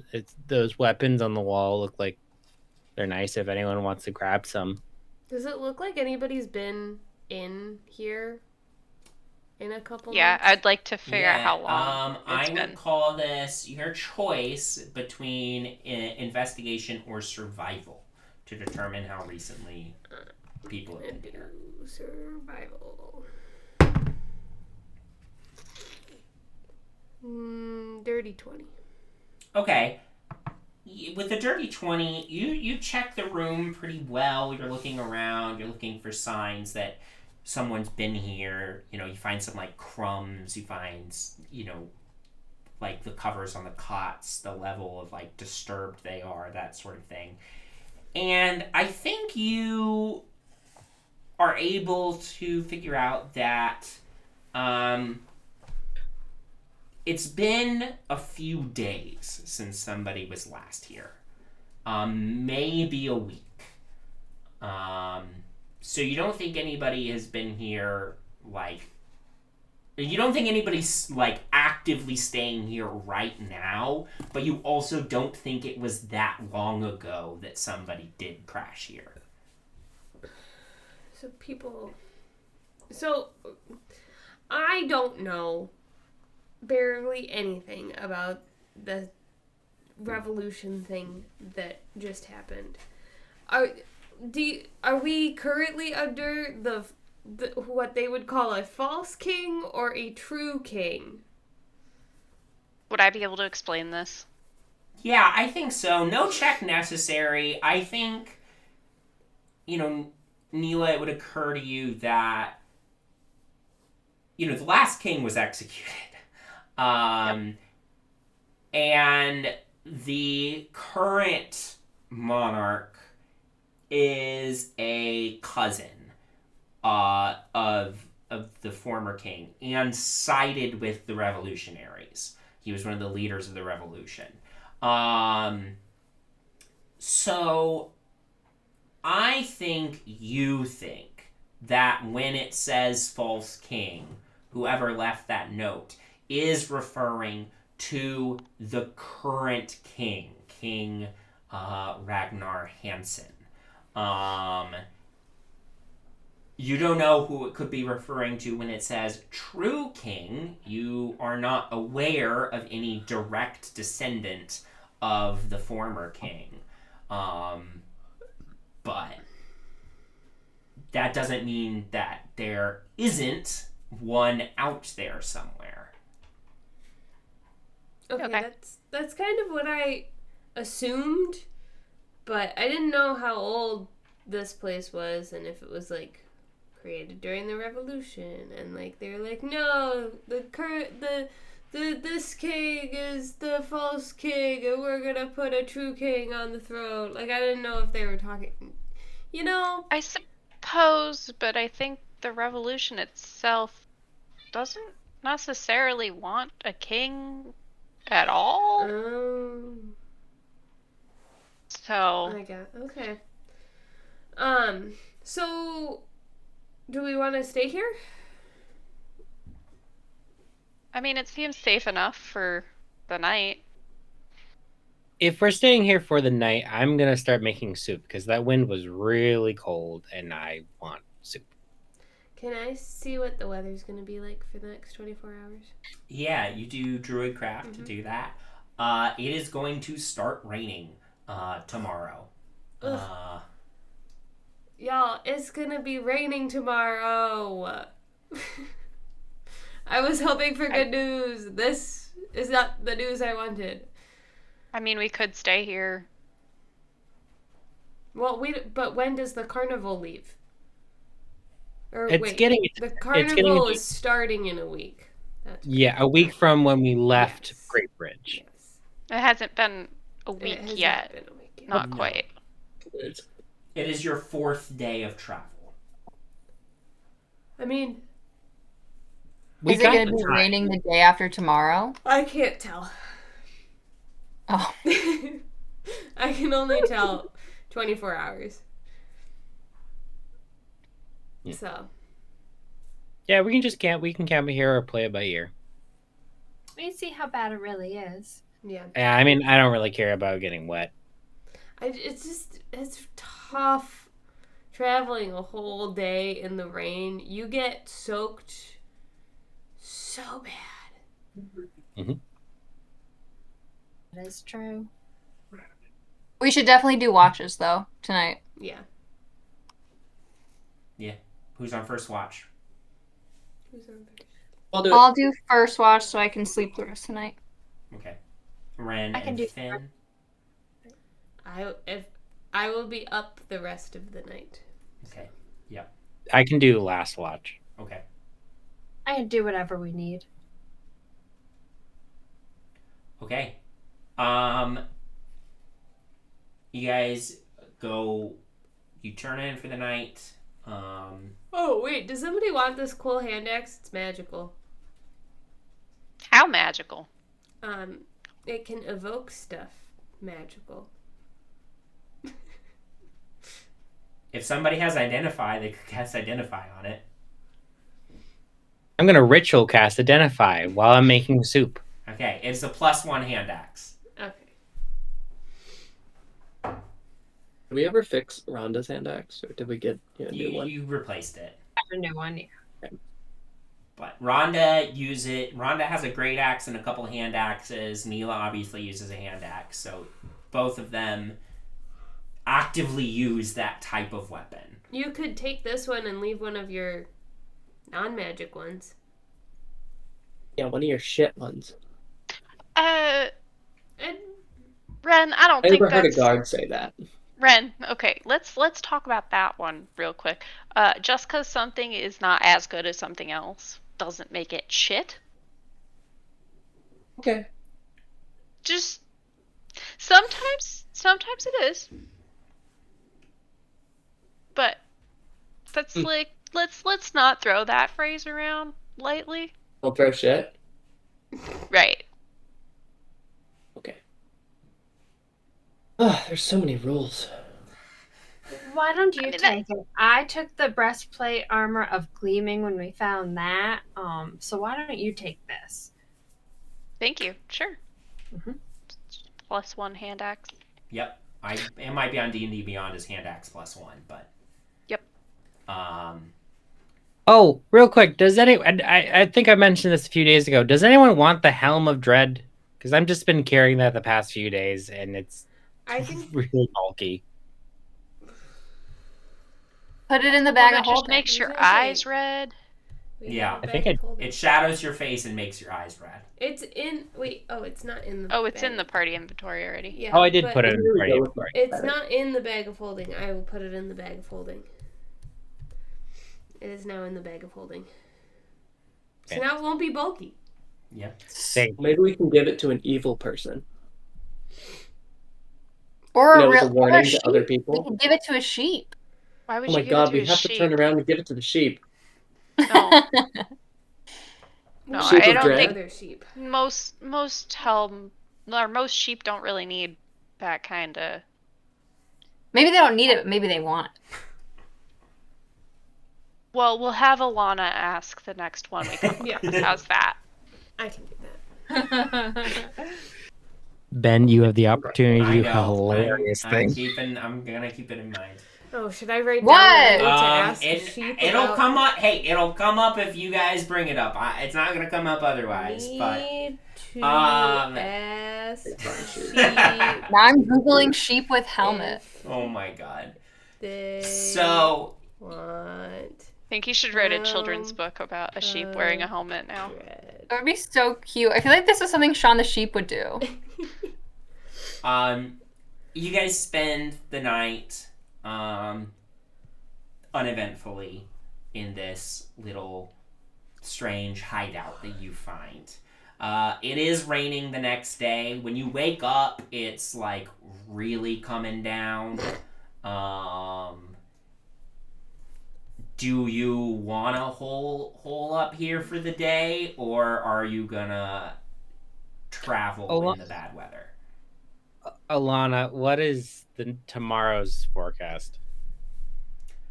Clear. Oh. It'll be nice again tomorrow. All right. Well, good. Yeah, you know And what? we Stay can here. stay here for another day. We can go see what's around, but it's, We should play a game. if you want to go outside in the rain, but it's raining. We'll try. Wait, what game? Okay. Okay. This game is going to be oh man. We're gonna play It's going to be like 20 an questions. icebreaker. We can do 2 truths and a lie. How do you? Okay. So you tell us something about yourself. You say 2 truths about yourself. And then you say a lie, and people have to guess what the lie is.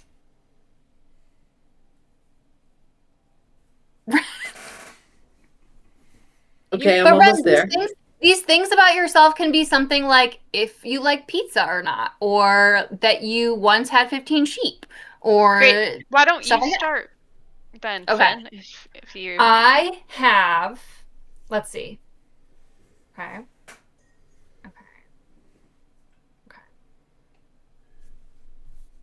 I once beat up my sister. I have 3 nibblings. And I once lived on a ship for a year. Insight check. Insight check. You cannot insight check to get the right answer. Why not? I think, No, that's so unfortunately, he technically can make an insight That's check so fair. versus Finn's deception. Finn, make a Alright. deception. We found how to break the game. If only you could do that in real life. Yeah. Okay, I'm using my one DM. Reroll. Reroll. Okay, yeah. For this. All right. Dirty 20. Dirty 20. I have a +6 deception. I also have a +6 insight. So That's you amazing! both got 20s. I'm gonna rule this as a wash, and I'm gonna have you both roll again. 17. No, you got me. Okay. 12. You have no clue which one the lie is. Now what? Where? Now what? Yeah. Where Can did you guess? Like, do I say I- my 2 lies and a truth now? Okay. Well, we gotta figure out which one is a lie for Finn first. I have a question. We guess. Okay. Yes. Where? I have a question for you, Finn. Where did you sail if you lived on a boat, or did you just live on a boat in a dock? In the vibrant sea, I'm guessing, right? Well, where to? You didn't just float adrift, did you? Oh, Sam, now I gotta get up the map. Des lived on a boat for years. I understand that. Hold on. Let me open up full screen D&D Beyond so I can join above tabletops so I can look at the map. I will turn that map on, the one that you're looking for.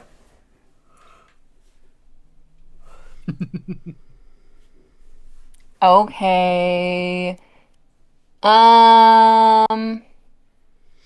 Between reaching islands and independent realms. Sounds like a lie. Back and forth between those two. I have another question because Yeah. I knew you when we were younger, and I don't remember your sister. How old was she? She is.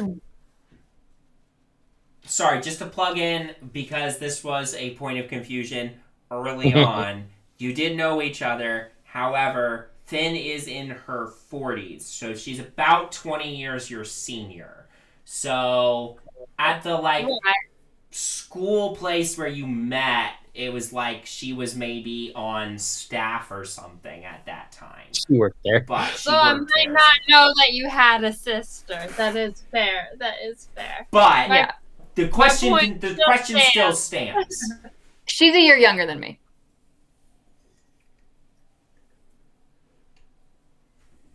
And why would you beat up your sister? Because she's my sister. Nope, that doesn't give me a reason. I don't have any siblings, so No, that's why would you? That checks. Olana. I also don't have any siblings. Des? What? Oh shoot, that's Siblings? one of my things. On the ship? Any siblings? Non-biological. So really, you probably had a lot of siblings. No, not that I know of. On the ship, you had no non-biological siblings? No one No, who they were more adopted like a brother or sister? They were more like my aunts and uncles, but not biological. I don't think you beat up your sister. That's correct. Did Too nice. they beat you up? She beat me up, but I never beat her up. Your younger sister beat you up? Yeah, I would always let her win. Mm. Wow, That does you were give a me nice interest. older sibling. You want to try it, Wren? Oh, okay. I can't wait. Oh, jeez.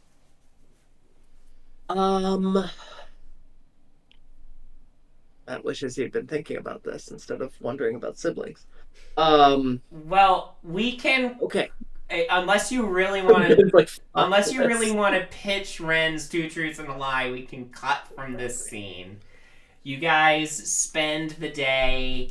It's a quiet day. It's a boring day, but it lets some of you take care of some of your, take care of some things you've been neglecting. You can sort of, patch up, do maintenance on armor, sharpen weapons, read your spell book, work on some new spell formula, work on your star chart. The rain, it never stops raining. It does go through periods where it's sprinkling a little bit, and you're like, oh, maybe we can start going. And then it starts pouring again. And you're like, never mind, we'll just wait till tomorrow. And eventually you get through the day, another night, and wake up the next morning. It's a nice day the next morning, and you are able to hit the road again. Oh, I love the day after it rains. It just smells so good. Yeah, the petrichor after rain smell is very present as you hit the road again. As you are making your way along the King's Road, you see that it comes up alongside Lake Starner, which is a really, quite a large lake near the center of the country. You can't even really see the other side of it unless you squint really, really hard. But you can see, again, still lots of smaller roads joining up with this one. You see a handful of other travelers on the road as you make your way. You can also see some fishing boats out on the lake. That evening, you come across a small fishing village along the King's Road. And there's just a small sign by the road that says that this place is called Ascola's Landing. And as you make your way into this town, there's only about a dozen, wooden structures, huts, really, in this town, collection of docks. But this town is built right on the King's Road. So there are travelers who pass through here. And there is, the largest building in town, which isn't even that big. It's just bigger than any of the other buildings in town. There is a small tavern where you could inquire about lodging for the night if you wanted, or you could push on for another hour and camp if you preferred. How's everyone feeling? Anyone tired? I mean, we might as well sleep in a bed while we can, don't you think? Oh, a bed sounds really nice. Sure. Great. Do you think we could get more than one bed? Yeah, probably. If they have enough. You all enter this tavern, which doesn't even have a name. It's just a picture of a bed and a mug of ale on a sign above the door. As you enter the sort of room that you enter, it's not very big. It's a small space, handful of tables. You see a couple of locals with flagons of ale and some bread and stew. And then you see the innkeeper / bartender behind sort of this short bar. You enter, he's sort of got light hair, graying a little bit, and you do see he's got a really big black eye. In fact, he was holding a raw slab of something to it when you all entered, and then he pulled it down as you entered and says, hello, travelers. Not here to cause any trouble, I hope. No, we solved trouble. Hello. We are shepherds. I'm Dez, Despair Thorncrest. You can call me Dez. You can call me Dez. Have you had a lot of trouble lately? Just some ruffians in last night. It's fine. Well, I assume you're traveling on the road. You want a room for the night, I suppose? That would be great. Preferably 2. Yeah, we've got 2 rooms. I don't know if we've got enough Is he sure? beds.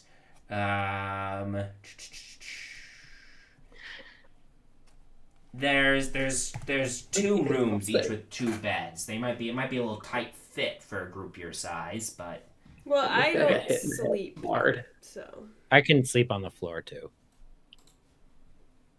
Hey, I want the Alright. bed. We'll make it work. all right. For 2 rooms. Yeah, give me a second. I'm trying to find that. I'm so sorry, man. I'm Whoa. trying to make your life easier. Makes you wonder how this innkeeper got 1 punched in the face. Yeah, I know. He goes back to holding the slab over his face as he sort of looks for Lad face. he starts whereas he looks for the room keys. And he says, all right, so the rooms, each room is 1 silver piece, so 2 silver pieces for rooms. But if you guys want to include food and drink and all of that, if you each pay 2 silver pieces, you can also have food and drink while you're here. So Can I? I'm just gonna give him 5 gold pieces and just. Pieces.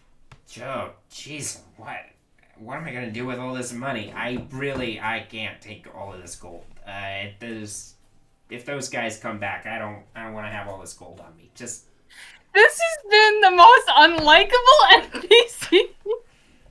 Dude, I love Doesn't him. want our money. Doesn't want our. he's like, look, I appreciate that you're trying to be generous. I can tell you're a man of quite some wealth if you've got 5 gold to throw around. But if those No, I just don't like it. I don't want it. if those Yeah, assholes, he doesn't want it either. If those assholes come back here, they're gonna look for another like. Can I I just give don't you? want to have this much gold on hand if those assholes. Can I give you Alright. 2 gold pieces? And is that enough for all of our food and boarding?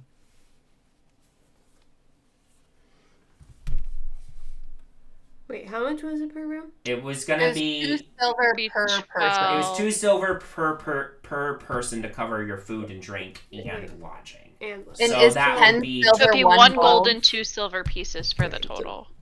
Yeah. Okay, I will give you 1 gold and 2 silver pieces. Thank you much. Let me Still get you. not Let me happy get you about guys it. something to drink. And he pours drinks. What kind for of all. trouble are you having with your ass? I can't even get this out. What kind of trouble are you having with your assholes? He he laughs first. He's like, oh, kid. All right. That was a good laugh. I don't know if it was much. It was just these, I don't know, hooligans came in last night. They were, I don't know, they were ranting about how we should serve them for free because they're soldiers of the true king, and they kept pointing to this like patch they'd sewn to the. Was to it the red? front. It was like, yeah, it was red. It had this like gold something or other on it. Look. I'm gonna be honest. We don't care that much about politics here in Asgul Landing. Revolution happened. Troops passed through here both ways. It didn't really make much of a difference to us. We're just trying to fish, But these guys were being real assholes. I think they're disgruntled or something about the way the war ended or whatever. And they, when I told them I wasn't giving free drinks to nobody, don't matter who they are. One of them gave me the shiner, and then they, took a few coin and left. I don't know where they went to, but That don't sound They nice, robbed like you? these people. yeah, they did. How Yeah, much this coin did you lose? It don't matter. It's fine. I just don't want to. They're probably like I said, don't know where they went. Hope they fucked off somewhere and not gonna be my problem anymore. That's fair. Buddy, I I made can't that figure work. you out. Okay. I can't figure you out. Okay. How many assholes? How many were there? I don't Can know. we have our room keys? Yeah, here you go. He passes over the room keys, and he Thanks so says, much. I don't know. There were like 7 of them, I think. It was kind of packed in here, to be honest. Is it usually packed in here? This is, and he points to the 3 people over the tables. This is about how busy it normally gets in here. One of the guys died a week ago. Business is down 50%. Anyway, enjoy your rooms. Get a good night's rest. If you need anything, holler. What should we call you? Oh, you can call me Dan. Danny. Dan? If I ever see assholes, I will avenge you. All right, kid. Whatever you say. You have my word. I appreciate it, kid. Thank you. Danny boy. He's back. He was down I'm on the aged block. up. He aged up and changed worlds. You guys turn in for the night. The next day, you continue down the road. This is gonna be your last day of travel. As you,